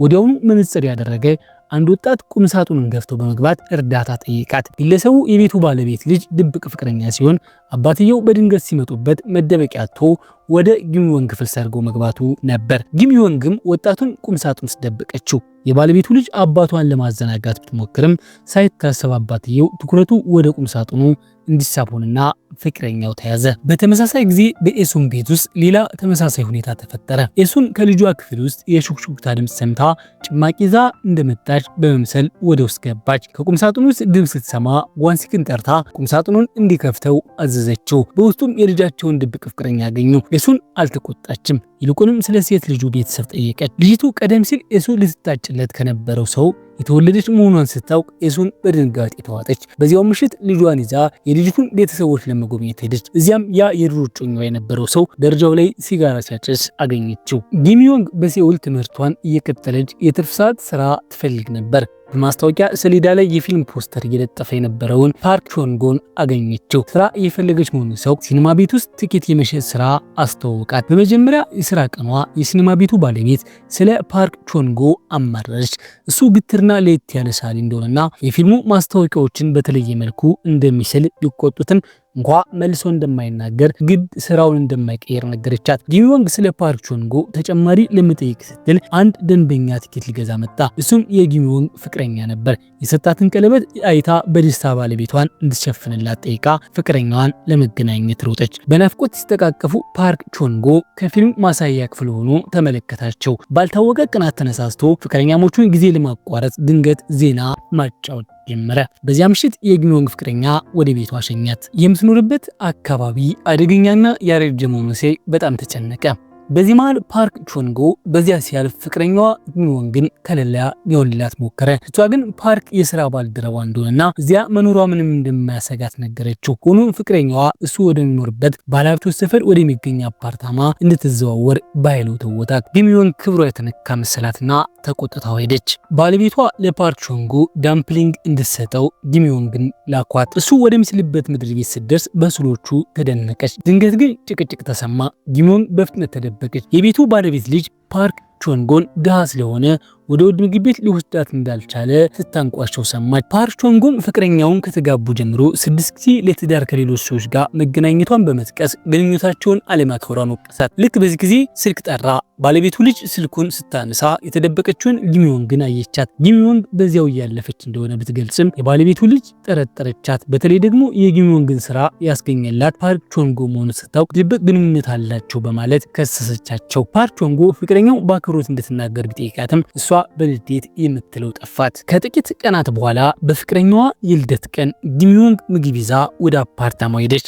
እዚያም ሳይታሰብ እናቱን አገኘቻት። እናትየው ጊሚ ወንግ ምግቡን በአግባቡ ማዘጋጀት አለመቻሏን በመንቀፍ ዝቅ አድርጋ አየቻት። ጊሚ ወንግን ፍቅረኛዋን እናት ለማስደሰት ስትል የቀረበላትን ምግብ እያደነቀች ብዙ በላች። ነገር ግን እናትየው ምግብ ከሱቅ የተገዛ መሆኑንና ጊሚ ወንግ ከመጠን በላይ የምትመገብ መሆኗን በመጥቀስ አሸማቀቀቻት። በተጨማሪም አፓርታማው ለልጇ የተገዛና የእሷ ንብረት መሆኑን ገልጻ ጊሚ ወንግ ዳግመኛ እንዳትመጣ አስጠነቀቀቻት። ጊሚ ወንግ በዝናብ ውስጥ እያለቀሰች ወጣች። ለፍቅረኛዋ እናት ፊት እንደ ርካሽ ሰው መቆጠሯ ልቧን ሰበረው። ለፍቅረኛዋም ጥሩ ልጅ መሆን ወይስ ጥሩ ባል መሆን አንዱን ምረጥ ካለችው በኋላ እያለቀሰች ጥላው ሄደች። ጊሚ ወንግ ትኩረቷን በስራዋ ላይ ለማድረግ ከፍቅረኛዋ ጋር ያላት ግንኙነት ለጊዜው አቆመች። በሲኒማ ቤቱ ደጃፍ አዲስ ፊልም በወጣ ቁጥር የፊልም ፖስተሮቹ ጥበብ ውጤቶች ናቸው እያለች ለሰዎች የምትናገር አንድ ሴት አስተዋለች። ጊሚዮንግ ማንነቷን ገምታ ከሰራተኛ ጥቅማ ጥቅሟ ላይ ትኬት በመስጠት ወደ ሲኒማ ቤቱ ይዛት ገባች። የፓርክ ቾንጎ እናት ጊሚዮንግን አመስግና የልጇን የስዕል ተሰጥኦ አደነቀች። ደግ የሆነ የሲኒማ ቤቱ ባለቤትም ያለ ፓርክ ቾንጎ ሲኒማ ቤቱ አይቆምም ማለት ብዙ ትኬቶችን ሰጣት። እናትየው በደስታ ወደ ውስጥ ገባች። ፊልም ስታይ የመጀመሪያዋ ስለነበር በታሪኩ ልቧ ተነካ። ፓርክ ቾንጎ እናቱ በፊልሙ ተመስጣ ሲመለከት ከማሳያ ክፍል ሆኖ አያትና ጊሚዮንግን ከልቧ አመሰገናት። ጊሚዮንግም ወደፊት ታዋቂ ሲሆን ስዕሉን በብዙ ገንዘብ እንደምትሸጠው እየቀለደች ስዕል እንዲስላት ጠየቀችው። ወደ ቤት ሲመለሱ የፓርክ ቾንጎ እናት ስለ ፊልሙ ታሪክ ለልጇ በደስታ ታወራ ነበር። በመቀጠልም ጊሚዮንግን እንደ ጥሩ ልጅ በማድነቅ ይህንን ቀን መቼም አልረሳውም አለቻት። በቤተሰብ የፎቶኮፒ ቤታቸው ውስጥም ደንበኞች ጥለውት የሄዱትን ብዙ የእንግሊዝኛ መጽሔት ለጊሚዮንግ ሰጠቻት። ልጇም ጊሚዮንግን እስከ ቤቷ እንዲሸኛት ታዘዘች። ፓርክ ቾንጎ ለጊሚዮንግ ኑድል በመጋበዝ ምስጋናውን ገለጸ። ጊሚዮንግ ለቤቱ ባለቤት ልጅ ወይም ለፍቅረኛው በመካከላቸው ምንም እንደሌለ እንዲያብራራላ ብትጠይቀውም እሱ የቁም ነገር ግንኙነት እንደሌላቸው ቀድሞውኑ ስለምታውቅ አስፈላጊ እንዳልሆነ ነገራት። እሱም ለገንዘብ ሲል ሌላ ሴት እንዲያገባ ከቤተሰቡ የሚደርስበትን ጫና በማሰብ የሚሰማውን የጥፋተኝነት ስሜት ለመቀነስ እየሞከረ እንደነበር ተረዳች። ጊሚዮንግም ልቡ የተሰበረው ፓርክ ቾንጎን አጽናናቸው። በዚያው ምሽት ኤሱን የአባቷን የሙት ዓመት መታሰቢያ ለማዘጋጀት ወደ አጎቷ ቤት ደረሰች። ቤተሰቡ ከ30 ዓመታት በፊት የአንድ የመታሰቢያ ቀን የኤሱን ላይ የደረሰውን አደገኛ አደጋ ያስታውሱ ጀመር። ኤሱን ከዘመዷ ጋር እንጨት ሲያመጡ የሞት ምልክት አድርጋ የምታስባት ጥቁር የውሃ ተርባየች። ተርቧን ለመያዝ እየተከተለች ባቡር ማቆሚያ ስትደርስ አንዲት አካል ጉዳተኛ ሴት ለባቡሩ መሳፈሪያ የሚሆን ዝርዝር ገንዘብ እንድታመጣላት ጠየቀቻት። ኤሱን ዝርዝሩን አመጣ 1 ሳንቲም በስጦታ ተቀበለች። ሴቲቱ ኤሱን ተጨማሪ ገንዘብ እንድትመነዘርላት ወደ አንድ ጭል ያለ መንደር እንድትሄድ ጠየቀቻት። ኤሱን ወደ አንድ ሰው የተጠጋች ሳለ እናቷ ድንገት ደረሰች። ልጇ ተርብ እያሳደደች መሄዷን ስትሰማ በድንገት የጭንቀት ስሜት ተሰምቷት በተራራው መንገድ አቋርጣ ደርሳ ነበር። የሰው አጋቾች ልጇን ሊወስዱባት እንደነበር ተረዳች። እናቲቱ አካል ጉዳተኛ ሴት የሱን ፊት ስላየች ዝም ብላ እንደማታዋት ስላወቀች በቀጣዮቹ ቀናት አሳ ልትገዛ የምትመጣ ሴትን ሁሉ የእጅ አንጓን ትፈትሽ ነበር። በመጨረሻም ሴቲቱንና ተባባሪውን ይዛ ለዝብ አጋልጣ በመንደሩ ሰዎች እንዲደበደቡ አደረገች። ሰሞኑን ኤሱን በተደጋጋሚ መጥፎ ህልሞችን እያየች በጭንቀት ትነቃለች። የልጇ ደህንነትም እጅግ ያሳስባታል። በየቀኑ ለጊሚዮንግ እየደወለች ቶሎ ወደ ቤት እንድትገባና ውጭ እንዳታድር ትመክራታለች። ጊሚዮንግ ግን በእናቷ ውትወታ ተበሳጨች። ኤሱን በሁኔታው አዝና ስልኩን በመዝጋት ለጓንሲ ካማረረች። ልጃችን ብታድግም በኔ ልብ ውስጥ ግን ሁልጊዜም የምሰጋላት ያቺው ትንሽ ልጅ ናት አለችው። ኤሱን በድጋሚ ያንን መጥፎ ቀን በህልሟ አየች። ጊሚዮንግ ከብስክሌት ወድቃ እሷን ለመርዳት ስትሄድ ታናሽ ልጇን በሚገባ ባለመጠበቋ ምክንያት ለሞት ምክንያት የሆነችባትን ቀን አስታወሰች። በጭንቀት ነቅታ ጊሚዮንግን ፍለጋ ስትሄድ ልጇ በከሰል ጭስ ታፍና ራሷን ስታ አገኘቻት። ልክ ልጇ በሞተበት ቀን እንዳለቀሰች ሁሉ አሁንም ጊሚዮንግን አቅፋ ስቅስቅ ብላ ለቀሰች። ኤሱን አምቡላንስ ለመጥራት በሩጫ ስትወጣ በድንገት ፓርክ ቾንጎ በዚያው ነበር። እሱም ጊሚዮንግን ተሸክሞ እርዳታ ለማግኘት ከተራራው በሩጫ ወረደ። ኤሱን ሁልጊዜም በጭንቀት ትከታተላት ስለነበር ጊሚዮንግን በልጅነቷ ከብዙ አደጋዎች አድናታለች። ጊሚዮንግ ሆስፒታል በገባች ጊዜ ፍቅረኛዋ ወዲያውኑ ደረሰ። ኤሱን ይህንን ወጣት ስታየው አላመነችው ነበር። በመካከላቸው የሚደረገውን ነገር ስታዳምጥ ፍቅረኛዋ ለሚዮንግ ቀለበት ሰጥቷት ከዚህ ደረጃ ቤት ውስጥ ወጣ እንዲጋቡ ሲጠይቃት ሰማች። ያለሷ መኖር እንደማይችልና እናቱን እንደሚያሳምናት ጊሚዮንግን እናቱ እንድትወዳት ጥረት እንድታደርግ የለመናት አለቀሰ። ኤሱን ከዚህ በላይ ዝም ማለት ስላልቻለች በድፍረት ወጣችና እናትህ ለምን ውድ ልጄን ዝቅ አድርጋ ታያታለች በማለት ወቀሰችው። ፍቅረኛዋ ዝምታ መረጠ። ኤሱንም እኔም ቢሆን አንተን ከፍ አድርጌ አላይህም በማለት በቁጭት መለሰችለት። 2 ዓመታት አለፉ። የጊሚዮንግ ወንድም ወደ ውትድርና ሄደ። ብዙ ጊዜ የ28 ዓመቱ ፓርክ ቾንጎም ሳይናገር በድንገት ወደ ውትድርና ገባ። ጊሚዮንግ የብቸኝነት ስሜት ተሰማት። ግድግዳው ላይ ተደግፎ በሻር ተሸፍኖ የነበረውን ስዕል ስትከፍተው ፓርክ ቾንጎ የሳላት የሷ ፎቶግራፍ ሆኖ አገኘችው። ከ2 ዓመታት ልፋት በኋላ የሁለቱም ወገን ቤተሰቦች ስለ ሰርጉ ለመነጋገር በአንድ ምግብ ቤት ተገናኙ። ኤሱንና ባሏ ቀድሞ ደርሰው የልጁን ቤተሰቦች ለአንድ ሰዓት ያልጠበቁ። እነሱ ሲገቡ ጊሚዮንግ ተነስታ ሰላምታ ሰጠቻቸው። በመንገድ ላይ እንዳልደከማቸው ጠየቀች። የልጁ እናት ግን ስለዘገዩ ይቅርታ እንኳ አልጠየቁም። ይልቁንም ኤሱን ችግር የለውም እያለች ለማለፍ ሞከረች። የልጁ አባት ከጓንሲ ጋር እጅ ለመጨበጥ እጃቸውን ዘረጉ። ጓንሲ ግን በስራ የሻከሩ እጆቹን ለማሳየት አልፈለግም ነበር። ቢሆንም እጆቹን ጠበቅ አድርጎ ያዘ። አዋቂዎቹ ሲነጋገሩ ጊሚዮንግ ለሁሉም ሾርባ ቀረበች። በመጨረሻ ግን ለእሷ የሚበቃ ጥቂት ሾርባ ብቻ ቀረ። ኤሱን ይህንን ስታይ ልቧ ተሰበረ። ልጇ ሁልጊዜ ለአማቾች ባሪያ እንደምትሆን ተሰማት። ይህንን እያሰበች የራሷን ሾርባ ከልጇ ጋር ቀየረች። ለሷ ጥሩ ምሳሌ መሆን እንዳልቻለችም ተሰማት። የልጁ እናት የንግግሩን የበላይነት በመያዝ ጊሚዮንግ የቤቱ ስራዎችን እንደማታውቅ በመንቀፍ እና ካገባች በኋላ ስራዋን ትታ ቤተሰቡን እንድትንከባከብ ግፊት ማድረግ ጀመሩ። የልጁ አባት ምንም ሳያፍሩ ተጨማሪ ሾርባ እንድታቀርብላቸው ሳህኑን ለጊሚዮንግ ሰጥቷት። ጓንሲክ ልጁን በትኩረት ይመለከተው ነበር፣ ምክንያቱም አንድ ወንድ የሚወዳትን ሴት የመከልከል ግዴታ እንዳለበት ያውቅ ነበር። ኤሱን በአማቶቿ መከፋት ያልተሰማት ለዚህ ነበር። ምክንያቱም ጓንሲክ በቤቱ ውስጥ ከሴቶች ጋር እኩል ተቀምጠው በመብላት ለኤሱን ምን ያህል ሲጠብቃት እንደነበር ታስታውሳለች። ጓንሲክ ሁልጊዜ ለሚስቱ ታማኝና ደጋፊ አጋር መሆን በተግባር ያሳያል። ፍቅረኛዋ ሊረዳ ሲነሳ ኤሱን ማንካውን ከእጁ ተቀበለችው። አማቶቿ ልጇ እንደማትችል እንዲያስቡ ስላልፈለገች ጊሚዮንግ እነዚህን ስራዎች ማከናወን አቅቷት አይደለም፣ እኔ ግን ለአገልጋይነት የሚሆን ስራዎችን እንድታጠና አላስተማርኳትም ስትል በድፍረት መለሰችላቸው። ጊሚዮንግ ዩኒቨርሲቲ የላኳት እነሱን እንድታገለግል ሳይሆን እውቀት እንድትገበይ መሆኑን ዘነጉት። ኤሱን ባሰበችው ቁጥር ንዴቷ ይጨምር ነበር። ጓንሲክም ቢሆን ትዳሩን አልደገፈውም ነበር። ከጥቂት ቀናት በኋላ ቤተሰቦቹ ለባህላዊ የኮሪያ ልብስ የሚሆን ጨርቅ ለመምረጥ ተገናኙ። የኤሱን ሮዝ ቀለም ብትወድም አማቶቹ እሷን ሳይጠይቁ የቀይ ባቄላ ሾርባ የሚመስል ቀለም ያለው ጨርቅ መረጡ። ምርጫቸውን ካጠናቀቁ በኋላ ሶስቱም ከጊሚዮንግ ፍቅረኛ ጋር እራት ለመብላት ተስማሙ። ጊሚዮንግ ፍቅረኛዋን ልትቀበለው በሄደችበት ቅጽበት ወደፊቱ አማቷ ለኤሱን በግስ ተናገሩ። ይህ ሰርግ እንዲቆም ፈልጋለሁ አሏት። ልጃቸውን የህይወታቸው ትልቁ ውጤት እንደሆነ በመግለጽ ጊሚዮንግን እንዲያገባ እንደማይፈቅዱ ነገሯት። የኤሱን ድሃ ቤተሰብ ጥላ ስር ከሚበቅሉ ዛፎች ጋር በማነጻጸር በሀብት ብርሃን ከሚበቅሉ ዛፎች ጋር መቼም ሊስተካከሉ እንደማይችሉ በንቀት ገለጹላት። በምግብ ሰዓት ስላጋጠማት ንግግር ሳታውቅ ጊሚዮንግ እናቷን ለምን ተግባቢ ያልሆንሽም ብላ በመውቀስ በመካከላቸው ጭቅጭቅ ተነሳ።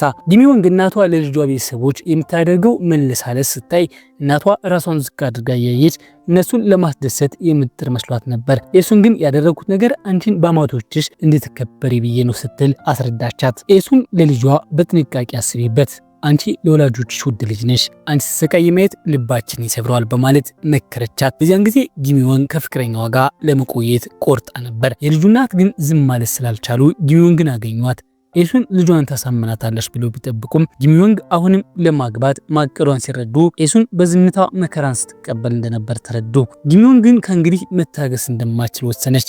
ለሽማግሌዋ ሴትን ከዚህ በፊት ዝም ያልኩት ደካማ ስለሆንኩ ሳይሆን በፍቅረኛ የፊት አሳፋሪ ሁኔታ እንዳይፈጠር በማሰብ ነበር አለቻቸው። እሷ የፍቅረኛዋን ስሜት መጠበቅ ስትል፣ እናቱ ግን የልጁን ሕይወት እንደ ንብረታቸው አድርገው ሊረግጡት እንደሚሞክሩ ነገረቻቸው። ከዚህ ጭቅጭቅ በኋላ ጊሚዮንግን ለመለያየት ወሰነች። ለ7 ዓመት አብረው የቆዩት ጥንዶች ግንኙነታቸው ሙሉ በሙሉ ለማቆም 1 ዓመት ፈጀባቸው። ግንኙነታቸውን ባቋረጡበት ምሽት ጊሚዮንግ እውነቱን ተናገረች። ሁልጊዜም ወደ ነበር፣ ነገር ግን ፍቅር ማለት ራስን መስዋዕትነት ማድረግ ማለት አይደለም አለችው። ለሱ ስትል ስንት ነገሮች እንደተወች አሰበች። ፍቅረኛዋ ከወላጆቹ ጋር ድንበር ለማበጀት ቢሞክርም ጊሚዮንግ ግን ፍቅር እንዲህ ያለ መስዋዕትነት የሚጠይቅ ከሆነ መጨረሻው ቅሬታ እንደሚሆን በማመን ፍቃደኛ አልሆነችም። ፍቅረኛሞቹ ተቃቅፈው ግንኙነታቸውን አቋረጡ። የልጃቸው ፍቅር ማክተሙን ሲያውቁ ኤሱና ባለቤቱ በጥልቅ ጭንቀት ውስጥ ነበሩ። በምግብ ጠረጴዛ ላይ ተቀምጠው በትከሻቸው ላይ ከባድ ሸክም እንዳለበት ሰው በትዝታ ይተክዙ ነበር። በዚያ ቅጽበት ግን የጊሚዮንግ ድምጽ ከደጃፍ ተሰማ። ወደ ቤት ተመለሰች። ወዲያው የወላጆቿ ፊት በፈገግታ በራ። ኤሱን ምግብ ለማዘጋጀት ወደ ኩሽና ስትሮጥ ጓንሲክ ደግሞ ለልጁ ብርድ እንዳይሰማት ማሞቂያ መጣላት። ጊሚዮንግ ወላጆቿ ለሷ ሲሉ ሲረባረቡ ስታይ እሷ ከመግባቷ በፊት ምን ያህል ጭር ብሎ እንደነበርና አሁን ግን በደስታ እንደተሞላ ተረዳች። ኤሱን በየቀኑ የተለያዩ አይነት ጣፋጭ ምግቦችን በማቅረብ ልጇን ትመግብ ነበር። ወላጆቿ የልጃቸውን የልብስ ስብራት እንዴት እንደሚጠግኑ ባያውቁም ማድረግ የሚችሉት ብቸኛው ነገር በሚገባ ምግቡና አበርትቶ ለአዲስ ቀን ማዘጋጀት ብቻ እንደሆነ ያምኑ ነበር። አንድ ቀን ንጋት ላይ ጓንሲክ ልጁን ጊሚዮንግን ፀሐይ ስትወጣ እንድታይ ወደ ባህር ይዟት ወጣ።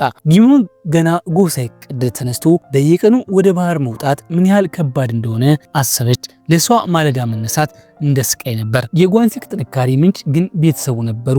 እሱ ማለዳ መነሳቱ ቤተሰቡ በተደላደለ ህይወት እንዲኖርና ጊሚዮንግን በሰላም እንድተኛ እድል ሰጥቷታል። ጊሚዮንግ ሰርጉን በመሰረዟ ወላጆቿ ያሳፈረች መስሏት የጥፋተኝነት ስሜት ተሰማት። ጓንሲክ ግን እንዲያውም ወደዚህ አይነት ቤተሰብ እንድትገባ አይፈልግም ነበር። ጨርሶ ባታገባ እንኳ ግድ እንደማይሰጠው ነገራት። ጊሚዮንግ ግን ወላጆቿ አብረው ያላቸውን ደስታ ስታይ እሷም እንደነሱ ደስተኛ ትዳር ለመመስረት እንደምትፈልግ ነገረችው። በዚህ መሃል ፀሐይ ወጣች። ለጊሚዮንግ ጓንሲክ ሁልጊዜ ቤተሰቡን የሚጠብቅና ሙቀት የሚሰቅ ታላቅ ሰው ነበር። ስለተሰረዘው ሰርግ ሲነሳ ኤሱን ልጇ ሀሳቧን ልትቀየር እንደምትችል ቀድሞውኑ ተሰምቷት ስለነበር የሰርግ ጥሪ ካርዶችን እንኳ ለሰው አላከችም ነበር።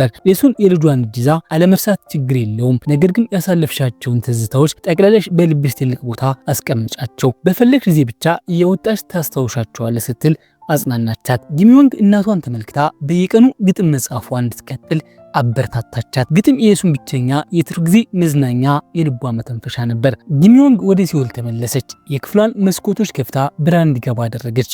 አንሶላዋን ቀየረች፣ ፍሪጇን አጸዳችና እናቷ ያዘጋጀችላትን ምግቦች በስርዓት አስቀመጠች። ኤሱንና ጓንሲክ ልጃቸውን ሸኝተው ወደ ቤት ሲመለሱ ጊሚዮንግ ያዘጋጀችላቸውን የቆዳ ለስላሴ መጠበቂያ ምርቶችን አይተው በሐዘንና በደስታ እንባ ተነኩ። የኤሱን ወንድም ሚስት የተለያዩ ምርቶችን ልትሸጥ መጣች። መኪናዋ በተለያዩ እቃዎች ተሞልቶ ነበር። ኤሱን ዘመድ በመሆኗ ሁለት ፍራሾቹን ገዛች። አንደኛው ለአማቷ ለጓንሲክ እናት እንዲሸጥላት ጠየቀች። የወንድሟ ሚስት በሁኔታው አፈረች። ምክንያቱም እሷ የወለደቻቸው እናቷ የሆኑ ሴትዮ እርዳታ ትፈልጉ ብቻ ነበር የምታስታውሳቸው። ኤሱን ግን ሁልጊዜም ለአረጋውያን ልዩ እንክብካቤ ታደርግ ነበር። ኤሱን ሁለተኛ ፍራሽ ለአያቷ ብልት ቀናቸው ስጦታ ሰጠቻቸው። አያቷ አሁን በእድሜ መግፋት ምክንያት የማስታወስ ችሎታቸው ተዳክሞ ነበር። ቤተሰቡን ሁሉ ባያውቁም ኤሱን ግን የልጃቸው መሆኗን አልረሱም። ኤሱን አያቷ ላደረጉላት መልካም ነገር ሁሉ አመስጋኝ ነበረች። በጸደይ ወቅትም አዲስ ስራ ሰው ሰራሽ ጥርስ ለአያቷ ለማስገጠም አቀዳለች። አያቷ ኤሱን ልጇን ማጣቷን አስታውሰው ያንን ስሜት በሚገባ አውቀዋለሁ አሏት። በዚያ ቅጽበት ኤሱን በአያቷ ጭን ላይ ተኝታ ስቅስቅ ብላ ለቀሰች። በዚያች ምሽት አያቷ ኤሱን በገዛችላቸው ፍራሽ ላይ ጋደም ብለው ኤሱን ምንኛ የታመነችና ለአዋቂ የምታስብ ልጅ መሆኗን አሰቡ። ቀደም ባሉት ዓመታት ለኤሱን አንዲት ትንሽ አሳ እንኳ ሰጥተዋት አያውቁም ነበር። አሁን ግን የልጃቸው በደግነት እየካሰቻቸው ከመሆኑም በላይ አብራቸው እንድትኖር ልትወስዳቸው ማቀዷ አያትየው ሕይወታቸውን ወደ ማብቂያው እየተቃረበ መሆኑን እንዲሰማቸው አደረጋቸው። የሕይወታቸው ትዝታዎች ሁሉ እንደ ፊልም በአይናቸው ፊት አለፉ። አንዳንድ ጊዜ ሕይወት አስቸጋሪና እስትንፋስን የሚያሳጥር ቢሆንም በአጠቃላይ ግን ልጃቸው ከጎናቸው መኖራቸው ደስተኛ ሕይወት እንዲመሩ አድርጓቸዋል። አያታቸው ካረፉ በኋላ ኤሱንና ባለቤቷ የመጨረሻ ክብሮታቸውን ለመግለጽ ሄዱ። እድሜያቸው እየገፋ ሲሄድ ስንብትን መልመድ የሕይወት አካል ሆነ። ኤሱን ከጓንሲክ የመለየት ፍራቻ ነበረባት። ስለዚህ ሞትን እንኳ አብረው ለመጋፈጥ ቃል ተግባቡ። በዚያ ሁለት ጥንዶቹ ልጆቻቸውን ከውትድርና በደስታ ተቀበሉ። ልጃቸው ብቻውን አልነበረም፣ ከፍቅረኛው ጋር ተመልሷል። ሁለቱ መታረቅ ብቻ ሳይሆን ልጅም እየጠበቁ ነበር። ኤሱን መጀመሪያ ላይ ይህንን ለመቀበል ቢከብዳትም ጓንሲክ ግን ለልጁ ጠንከር ያለ ምክር ሊሰጥ ወሰኑ። ፓርክ ቾንጎም ከውትድርና ተመለሰ። ከባሱ እንደወረደ ጊሚዮንግን በመኪና ውስጥ ተቀምጣ አያት። የሆነ ታዋቂ ሰው አድናቂዎቹ አድናቆታቸውን ለመግለጽ ሲሮጡ እሱም ከነሱ ጋር ተቀላቅሎ በከፍተኛ ፍጥነት ባሱን ተከተለ። የጊሚዮንግ ስም በኃይል ጠራ። ጊሚዮንግ አንድ ሰው ስሟን የጠራ የሰማች መሰላት። ለጊሚዮንግ የህይወቷ ጸደይ ሊመጣ መሆኑን የታወቀበት ቅጽበት ነበር። በ1997 በደቡብ ኮሪያ ኢኮኖሚ ቀውስ ተከሰተ። ትናንሽና ግዙፍ ኩባንያዎች ኪሳራ ውስጥ ገቡ። የስራ አጥነት መጠንም በከፍተኛ ሁኔታ ጨመረ።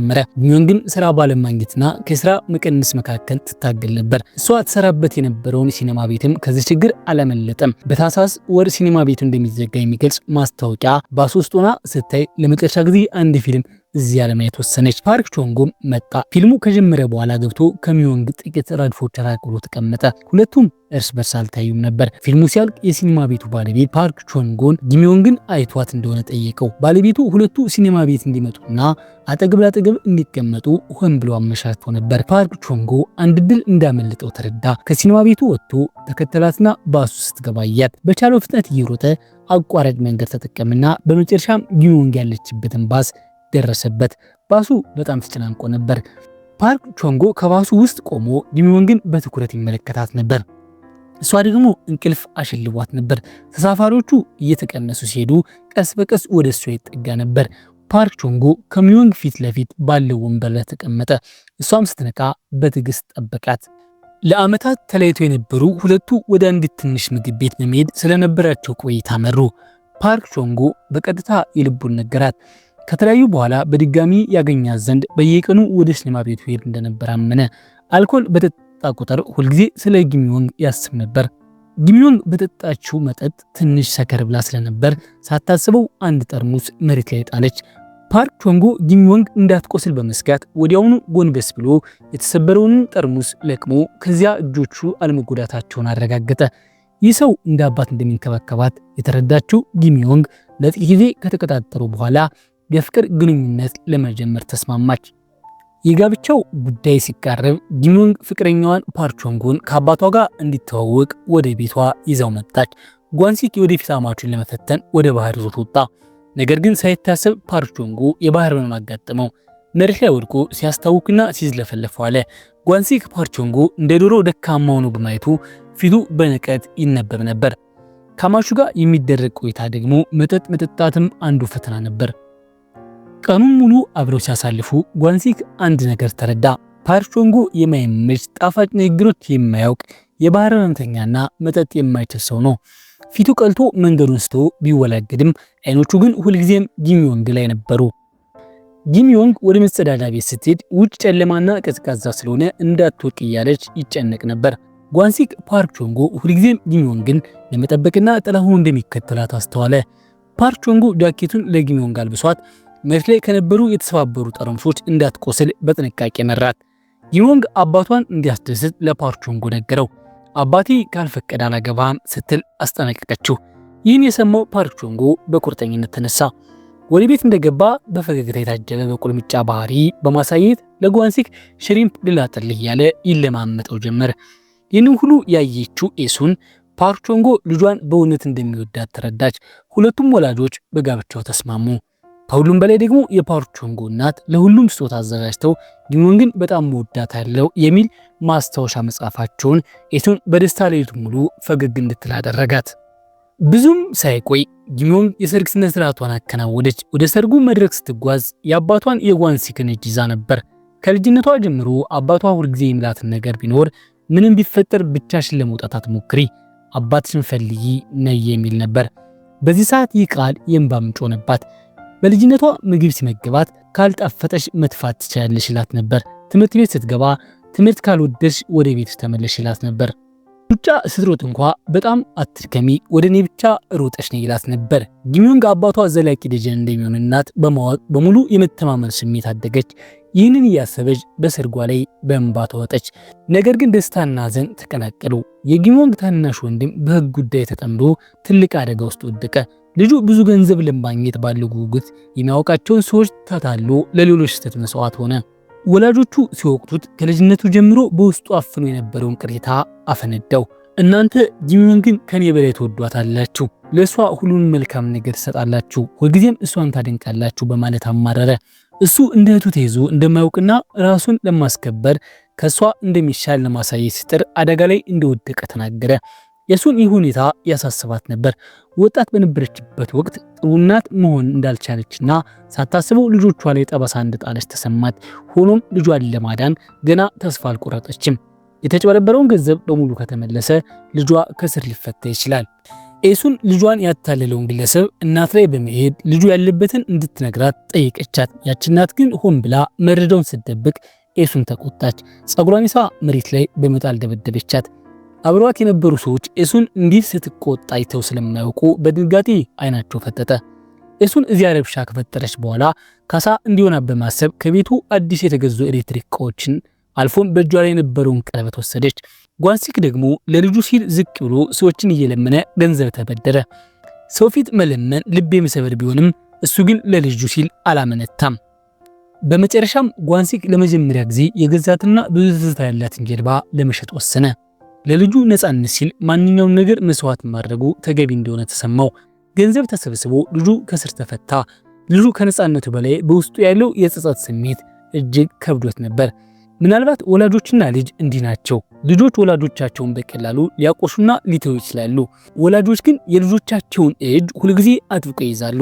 ኤሱን ለልጇ እንዲህ አለችው፣ አባትህ ቤተሰቡን ለማስተዳደር ሲል ብዙ ጉዳት ደርሶበታል።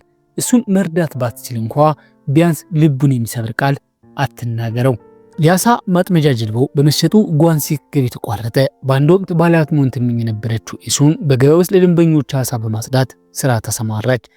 በቀዝቃዛ አየር ቀኑን ሙሉ ቆማ በመስራቷ ፊቷ በብርድ ቀልቶ ነበር። ልጁም የቤተሰቡን ሸክም ለመቀነስ ሲል በየምሽቱ የተለያዩ ሰዎችን እየፈጠረ ይወጣ ነበር። ልጁ ሌላ ስራ ስላላገኘ በየምሽቱ ለ6 እና ለ7 ሰዓታት ራይት ኬክና ጄሊ ይዞ በመዞር ይሸጥ ነበር። ሚስቱ ባሏ ሲለፋ አይታ ልቧ ስለተሰበረ ጓንሲክ እንዲረዳቸው ለመነችው። ጓንሲክ ግን አልተለሳለሰም። እንደ ቤተሰብ መሪነቱ ችግርን መጋፈጥ ተገቢ እንደሆነ ተናገረ። ነገር ግን በልቡ ስለ ልጁ እያሰበ ነበር። አንድ ቀን ልጁ ገንዘብ ያለበት ኢንቨሎፕ ትቶ በሚስጥር ጠፋ። ቤተሰቡ ልጄ መጥፎ ነገር ሊያደርግ ይሆን ብሎ ሲጨነቁ ልጁ ወደ ትልቅ ባህር ለመሄድ አደገኛ አሳ ማጥመጃ መርከብ ላይ መሳፈሩን ሰሙ። ኤሱን ከዓመታት በፊት ታናሽ ልጇን ያጣችበት ሰቅጣሽ ትዝታ ተመለሰባት። ሌላ ልጇን ማጣት በፍጹም አልፈለገችም። ጓንሲክ በባህር ዳርቻ ወዳለው የኮሙኒኬሽን ክፍል ሲደርስ መርከቦቹ ጉዟቸውን ጀምረው ነበር። የነዳጅ ወጪውን ለመክፈል ቃል በመግባቱ ካፒቴኑ እንዲመለስ ለመነው። በዚህ መሃል አማቱ የድምፅ መሳሪያውን ነጥቆ የነዳጁን ወጪ እጥፍ ለመክፈል ቃል ገባ። ካፒቴኑ ገንዘቡን ሲያይ መርከቡን አዞረ። ልጁ ሲመለስ ጓንሲክ እንዲህ ያለ አደገኛ ስራ ማን ይሰራል? ለመስጠም ወይም የሰውነት አካል ለማጣት በጣም ቅርብ ነው በማለት ተቆጣው። ጓንሲክ የባህር አደጋ በሚገባ ስለሚያውቅ እሱ ለቤተሰቡ ቢጋፈጥም ልጁ ግን የሱ መንገድ እንዲከተል አልፈለገም። ልጁ እያለቀሰ ለአባቱ እንዲህ አለው፣ ራይስኬክ ሲሸጥ ደንበኞች ሁሉ ለጓንሲክ ጥሩ ሆነለት ይሉኛል። በዚህን ጊዜ ልጁ እውነቱን ተረዳ። ጓንሲክና አማቱ በሚስጥር ለሰዎች ገንዘብ እየሰጡ ከሱ እንዲገዙ ያደርጉ ነበር። ጓንሲክ አማቱ ከቤተሰቡ ጋር ያለውን ግንኙነት እንዲያሻሽል መክሮት ስለነበር አማቱን ይህንን መልካም ተግባር ከጓንሲክ ጋር በመሆን አከናወኑ። ኤሱን ዘግይታ ደረሰች። እንደደረሰችም ልጇን አጥብቃ አቀፈችው። ልታጣው ጥቂት ነበር የቀራት።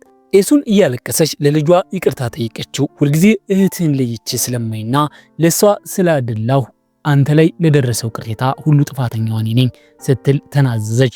ከዚህ ክስተት በኋላ ልጁ በሰላም ወደ ቤቱ ተመለሰ።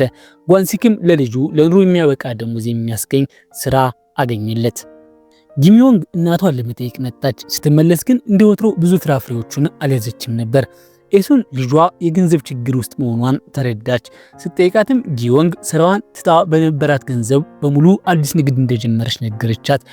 ኤሱን ልጇን መቆጣት ስትጀምር፣ በሌላ በኩል ደግሞ ወንድሟ በብርድ የቆሰሉ ጣቶቹን በፋሻ ሲጠቀለላየች። በበረዶ ሲይዝ ጓንት እንዲያደርግ ደጋግማ መክረው ነበር። ኤሱን ልጆቿ ባለመስማታቸውና ለቤተሰቡ ሁልጊዜ ችግር በመፍጠራቸው ተቆጣች። በተለይ ጊሚዮንግን በዚህ ዕድሜዋ ንግድ ከመጀመር ይልቅ በፍጥነት መውለድ እንዳለባት ነገረቻት። የእናቷ ቃላት ጊሚዮንግን አስቆጣት። ልጆቼ እንደኔ በድህነት እንዲኖሩ አልፈልግም፣ ለዛ ነው ንግድ የጀመርኩት አለች። በተጨማሪም ወንድሟ እንደ አባት ያለ አፍቃሪ አባት በማግኘቱ እድለኛ እንደሆነና እሷ ግን ያ እድል እንዳልነበራት ተናገረች። የልጇ ንግግር ጓንሲክን አሳዝኖት ወደ ክፍሉ እንዲገባ አደረገው። ህይወቱን በሙሉ በተረጋጋ ሁኔታ ሲመራ የኖረው ጓንሲክ በዚህ ጊዜ ለልጆቹ ሲል ትልቅ አደጋ ለመጋፈጥና በፍጥነት ብዙ ገንዘብ ለማግኘት ወሰነ። ጓንሲክ የቤተሰቡን ብቸኛ የአትክልት ቦታ ሸጠ። ቀሪውን በመያዣነት በሚያሳዝ ጭር ባለ ቦታ አንድ ሱቅ ገዛ። ባልና ሚስቱ ከአሳ አጥማጅ ሴቶች ጋር ሱቁን ለማየት ሄዱ። ጓንሲክ ደላላው እዚህ ቦታ ላይ የጎልፍ መጫወቻ ይገነባል፣ ቦታውም በቅርቡ በደንበኞች ይሞላል ብሎኛል በማለት ለሁሉም አስረዳ። ነገር ግን የደረሱት ምንም ነገር በሌለበት ባዶ የንግድ አካባቢ ነበር። ኤሱንና ጓንሲክ የጎልፍ መጫወቻው ሲከፈት የሚመጣውን ብልጽግና በጉጉት እየጠበቁ ሱቁን ማደስ ጀመሩ። ጥንዶቹ እንዲህ ያለ ትልቅ አደጋ ሲጋፈጡ የመጀመሪያቸው ነበር። ሱቁ ደንበኛ ካላገኘ እዳቸውን ለመክፈል አፓርታማቸውን ለመሸጥ ይገደዳሉ። ጓንሲክ ኤሱን ሱቁን እንዲገዛ በቀላሉ ለምን እንደፈቀደችለት ጠይቃት። ኤሱን ሱቁን መግዛት እፈልጋለሁ ስትለኝ ፊት ላይ የነበረው ስሜት ልክ ከ30 ዓመት በፊት አብረን ስናመጥ ከነበረው ጋር አንድ አይነት ነበር በማለት በፈገግታ መለሰችለት። ሁለቱ ከፊት ለፊታቸው ያለውን ባዶ ሱቅ ተመለከቱ። ነገር ግን ያልታሰበ መከራ እየመጣ መሆኑን አላወቁም ነበር። በዚያው ምሽት ለጓንሲክ ሱቁን የሸጠው ደላላ እንደጠፋና ጓንሲክ የሸጠው የአትክልት ቦታ ዋጋው እጅግ እንደወረደ ልጁ አወቀ። ይህ ማለት ጓንሲክ በአጭበርባሪዎች ተታሏል ማለት ነው። ልጁ አባቴ ምንም የማይጠቅም ሰው ነው፣ በዚህ ዕድሜው እንዲህ ያለ ሞኝነት መስራት አልነበረበትም በማለት ይሳደብ ጀመር። ያ የአትክልት ቦታ ቢኖር ኑሮ ጊሚዮንግ ውጭ ሀገር ሄዳ መማር ትችል ነበር ሲልም ተናገረ። ይህን የሰማችው ኤሱን በንዴት ልጇን ገሰጸችው። ያ የአትክልት ቦታ የአባት ንብረት ነው፣ የፈለገውን የማድረግ መብት አለው። ለእናንተ የተሻለ ህይወት ለመስጠት ባይኖሮ ህይወቱ ሙሉ የለፋበት ነገር እንዲህ አደጋ ላይ አይጥርም ነበር። ጓንሲክ ለራሱ ብሎ ኖረበት አንድም ቀን የለም። እሱ መቼም ሊሰደብ የማይገባው ሰው ነው ስትል በእንባ ተሟገተች። ጊሚዮንግ አባቷ መታለሉን ሰምታ በየቦታው የሮጠች ዕዳውን ለመክፈል ገንዘብ መበደር ጀመረች። እናቷ ገና ከልጅነቷ ጀምሮ የቤተሰቡ ደጋፊ እንድትሆን ስላሳደገቻት ከፍተኛ ጫና እንደሚሰማት ለኤሱን ነገረቻት። እናቷ ለሷ ስትል በጣም ብዙ መስዋዕትነት መክፈሏ እና ወደ ውጭ ሀገር ልካ ማስተማሯ ሁልጊዜም የጥፋተኝነት ስሜት እንዲሰማት እንዳደረጋት ገለጸች። ወላጆቿ ያላቸው ሁሉ ለሷ እንደሰጧትና ተስፋቸው ሁሉ በሷ ላይ እንደሆነ ስታስብ ከፍተኛ ጫና ያድርባታል። ይህን ከተናገረች በኋላ በእንባ ታጅባ ከቤት ወጣች። ኤሱን ልጇ ሳትይዘው የቀረችውን አትክልት እያየች በሐዘን ተሞላች። በፍሪጁ ላይ የተለጠፈውን ፎቶ ስታይ የልጇ የይቅርታ ቃላትና እንባ ትዝ አሏት። ምንም የማልጠቅም እናት ነኝ በማለት ራሷን ወቀሰች። ልጇ ነፍሰ ጡር ሆና እንደሷ ገንዘብ ፍለጋ ስትሮጥ በማየቷ እጅግ አዘነች። ከጥቂት ወራት በኋላ ጊሚዮንግ የምትወልድበት ቀን ደረሰ። በሚያሳዝን ሁኔታ ምጥ ለ12 ሰዓታት ቢቆይም ሕፃኑ ሊወለድ አልቻለም። ፓርክ ቾንጎ በጭንቀት ለኤሱን ደውሎ ጊሚዮንግ እናቷን ማየት እንደምትፈልግ ነገራት። ኤሱን በፍጥነት ሆስፒታል ደርሳ ልጇ በሰላም እንድትገላገል ረዳቻት። ከዚህ ተሞክሮ በኋላ ጊሚዮንግ እናቷ ያኔ ገና በ18 ዓመቷ በከፋ ሁኔታ ውስጥ እሷን ስትወልድ ምን ያህል ስትሰቃይ እንደነበር ተረዳች። እናቷን አቅፋ ስቅስቅ ብላ ለቀሰች። ኤሱን የልጇን ምግብና መጠጥ ስታዘጋጅ ጓንሲክ አልጋዋን ያስተካክልላት ነበር። ፓርክ ቾንጎ ስለ ሕፃኑ ሁኔታ እያወራ ጊሚዮንግን እንደ ደካማ ልዕልት ነሽ እያለ ሲቀልድ ጓንሲክ ቦታን አትልቀቅ አለው። ክረምቱ አልፎ ጸደይ መጣ። ጓንሲክ በመጨረሻ አንድ ምግብ ቤት ለመክፈት ወሰነ። ምንም እንኳ ቦታው ከከተማው ራቅ ያለ ቢሆንም በታታሪነቱና በጥረቱ ምግብ ቤቱ እንዲያድግ ቤት ለቤት እያደረሰ መስራት ጀመረ። ብዙም ሳይቆይ ጓንሲክና ልጁ በሞተር ብስክሌት እየዘሩ በየቤቱ ማስታወቂያ ማሰራጨት ጀመሩ። ከብዙ ዓመታት መከራ በኋላ አምላክ በመጨረሻ የኤሱንና የጓንሲክን ቤተሰብ መመልከት ጀመረ። በ2002 የኮሪያን ጃፓን የዓለም ዋንጫ ወቅት ሰዎች የእግር ኳስ ጨዋታን ለማየት ይሰባሰቡ ነበር። የጓንሲክ ምግብ ቤት የሚያዘጋጀው የደረቅ ዓሳ ለጨዋታ ተመልካቾች ተመራጭ መክሰስ ሆነ። በዚህም ምክንያት የጓንሲክ ንግድ በፍጥነት አደገ። በ21ኛው ክፍለ ዘመን ደግሞ የዴጁ ደሴት ለቱሪስቶችና ለፊልም ቀረጻ ተመራጭ ቦታ ሆነች። አንድ የታወቀች የኮሪያ ተዋናይትም ሆን ብላ ወደ ጓንሲክ ምግብ ቤት መጣ ማስታወቂያ ቀረጸች። ይህች ተዋናይ ከጓንሲክ ጋር የቆየ ግንኙነት ነበራት። ከዓመታት በፊት በደረሰባት ቅሬታ ምክንያት ራሷን ለማጥፋት ወደ ባህር ስትዘል በጓንሲክ ጀልባ ተርፋ ነበር። ያኔ አምቡላንስ ሲመጣ ጓንሲክ ሰዎቹ እንዲያውቋት ፊቷን በጃኬት ሸፍኖላት ነበር። ተዋናይቷ ለዚህ ውለታው ልትከፍለው ብትፈልግም እሱ ግን ሁልጊዜ እምቢ ይል ነበር። አሁን ግን አጋጣሚውን አገኘች። በሷ አማካኝነት የምግብ ቤቱ ዝና ናኘ፣ ንግዱም እጅግ ተሳካ። ኤሱን እንደዚህ ደስተኛ ሆና አታውቅም ነበር። አሁን የቤተሰቡ የገንዘብ ሁኔታ ስለተሻሻለ ኤሱን የልጅነት ህልሟን ለማሳካትና ግጥም ለመጻፍ ወሰነች። ኤሱን ግጥም መጻፍ ከመጀመሯ በፊት ግን አሁንም የምትወዳትን ልጇን መንከባከብ ነበረባት። የልጅ ልጇ መመሪያ ባለመቀበል የሩዝ ሳህን ሰብራ ስለነበር ጊሚዮንግ የእናቷን እርዳታ ጠየቀች። ኤሱን የልጇን ልጅ በመንከባከብ አገዘች። ቤቱንም ጽዱና ውብ አደረገችው። ጊሚዮንግ ከስራ ስትመለስ እናቷ እንዲተግታ በመስራቷ የጥፋተኝነት ስሜት ተሰማት። ኤሱን ግን ልጅ በማሳደግ ምን ያህል እንደምትለፋ ታውቃለች። ኤሱን ለልጇ እንዲህ የሚል ምክር ሰጠቻት። ልጅሽን እንደ ሙሉ ዓለምሽ አትቁጠሪ። የፈለግሽውን ነገር ለማድረግ ወደኋላ አትበይ። የማትፈልጊውን ህይወት እንድትኖሪ ራስሽን ካስገደድሽ ውሎ አድሮ ቂምና ቅሬታ ይፈጥራል። ይህም በልጆች ላይ ጫና መፍጠሩ አይቀርም። ኤሱን ይህንን ካለች በኋላ ልጇን በጥልቅ ሐሳብ ትታት ወደ ዴጁ ደሴት ተመለሰች። እናቷ ከሄደች በኋላ ጊሚዮንግ ለልጇ ፒያኖ ለመግዛትና ለወላጆቿ ደግሞ የተሟላ የጤና ምርመራ ለማድረግ ከፓርክ ቾንጎ ጋር ተመካከረች። ፓርክ ቾንጎ ለሚስቱ ካለው ፍቅር የተነሳ በደስታ ተስማማ። ጓንሲክና ኤሱን ለጤና ምርመራ ወደ ሆስፒታል ሄዱ። በምርመራው ወቅት ጓንሲክ ከእንቅልፉ ሳይነቃ በህልሙ የሞተውን ታናሽ ልጃቸውን ስም እየጠራ ሲያለቅስ ኤሱን አየችው። ያኔ ኤሱን አንድ ነገር ተረዳች። ጓንሲክ ልክ እንደሷ ሁሉ የልጃቸው ሞት ሐዘን በልቡ ቀብሮ እንደነበርና መቼም እንዳረሳው ተገነዘበች። የልጃቸው መታሰቢያ ቀን ከመድረሱ አንድ ቀን ቀደም ብሎ ኤሱን ወደ መቃብሩ ስትሄድ ጓንሲክን እዚያው አገኘችው። ጓንሲክ የኤሱን ልብ ሲሰበር ማየት ስለሚፈራ እሷን ላለማግኘት ሲል ሁልጊዜም ከመታሰቢያው ቀን አንድ ቀን ቀደም ብሎ መቃብሩን ጎበኝ ነበር። ኤሱን ደግሞ መቃብሩን በምትጎበኝበት ጊዜ ሁሉ ጓንሲክ ባሏ እንዳትጠፋ ወይንም በሐዘን ራሷን እንዳትጎዳ በመስጋት በሚስጥር ይከተላት ነበር። የጤና ምርመራ ውጤቱ ግን አስደንጋጭ ነበር። ጓንሲክ ለረጅም ጊዜ የአጥንት መገጣጠሚያ በሽታ ሲሰቃይ የነበረ ቢሆንም አሁን ግን የመልቲፕል ማይሎማ የተባለ የደም ካንሰር አይነት እንዳለበት ታወቀ። ህመሙ አሁን ወደ ኩላሊት መድከም ደረጃ የደረሰ በመሆኑ በአስቸኳይ ሕክምና ማግኘት ነበረበት። ኤሱንና ጊሚዮንግ ይህንን መራራ ዜና ለመቀበል ቢከብዳቸውም ጓንሲክ የኬሞቴራፒ ሕክምና በቶሎ እንዲጀመር አደረጉ። በቅጽበት የጸደይ ወቅት መጣ። ኤሱን ጓንሲክን ደግፋ ለሕክምና ይዘው ሄደች። ጓንሲክ አሁንም ሚስቱን ከፊት ለፊትሽ ያለውን የሚያብብ አበባ ከማየት ይልቅ ለምን ሁልጊዜ እግርግሪን ታያለሽ ብሎ ወቀሳት። ኤሱን የባሏን እጅ ስትይዝ አይኖቿ በእንባ ቀልተው ነበር።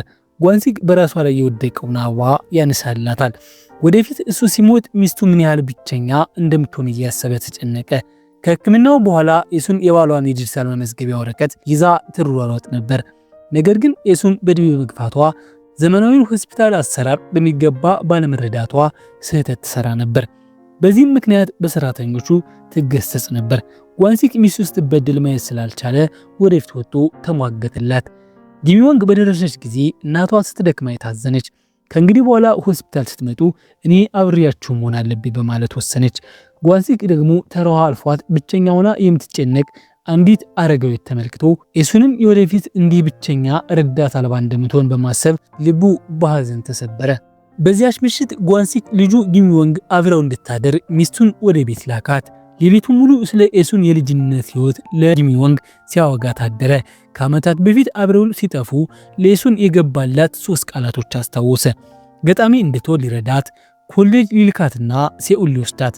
ሕይወቱ ሊያልፍ ሲል የነበረ ኤሱን ግጥም የመጻፍ ህልሟን እንድታሳካ ረዳት። በመጨረሻም ጓንሲክ እሱ ከሞተ በኋላ እናቷን እንድትንከባከብ ልጁን ተማጸናት። ልጁ እንዲህ ያለ ሸክም መጫኑ ቢከብደውም ኤሱን ብቻዋን ሆና እንድትጎሳቆል ማሰብ እንቅልፍ ነሳው። በመጨረሻዎቹ ቀናት ጓንሲክ ቤቱ ሆኖ ማለፍ ፈለገ።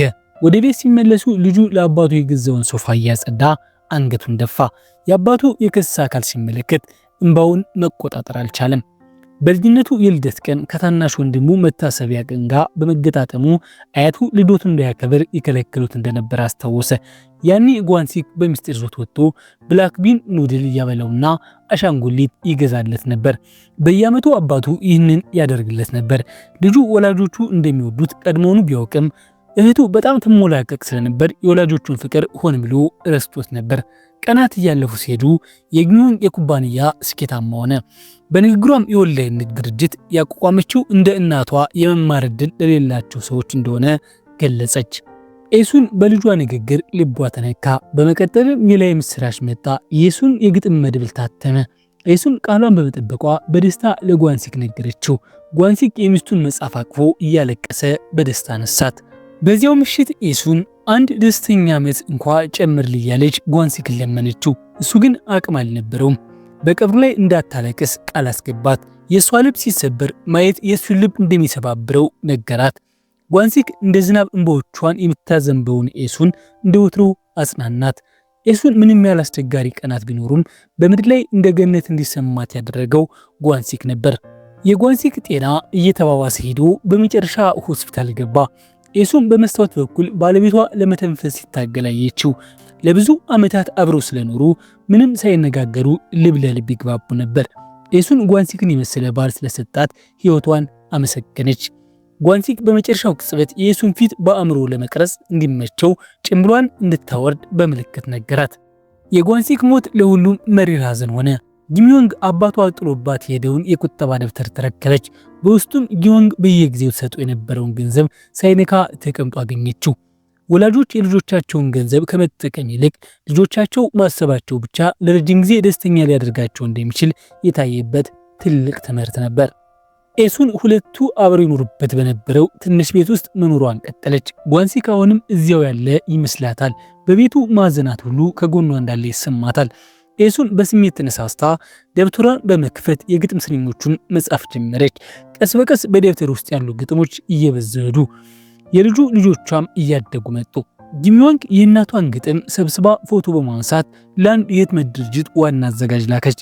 ዋና አዘጋጇ ግጥሞቹን ስታነብ በእንባ ታጠበች።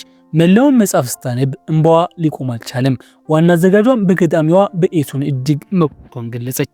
ብዙም ሳይቆይ የኤሱን የግጥም መድብል ታትሞ በይፋ ለንባብ በቃ።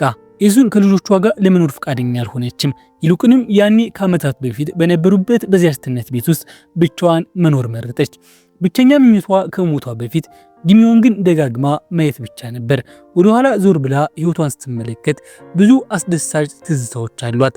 በህይወቷ ውስጥ እጅግ ውድ የሆኑ ትዝታዎቿ ሁሉ በዚያ የግጥም መድብል ውስጥ ሰፍረዋል። ግጥሞቿ የዘውትር አጋሮቿ ስለሆኑ ኤሱን በየቀኑ በደስታ ትኖራለች። በመጽሐፉ የጀርባ ሽፋን ላይ የእሷና የጓንሲግ በወጣትነታቸው የተነሱት ፎቶግራፍ ታትሟል። ኤሱን ገና ከ9 ዓመቷ ጀምሮ ጓንሲግ ሁልጊዜ ከጎኗ እንደነበር አስታወሰች። ሁለቱ ብዙ ውጣ ውረዶችና መከራዎችን በአንድነት አሳልፈዋል። ጓንሲግ ደስተኛ ህይወት ባይሰጣት ኑሮ ይህ የግጥም መድብል ሊወለድ አይችልም ነበር። የጓንሲግ ፍቅር ለህይወቷ ምርጡ ስንቅና ብርታት ነበር። ፊልሙም እዚህ ላይ ያበቃል። መልካም ጊዜ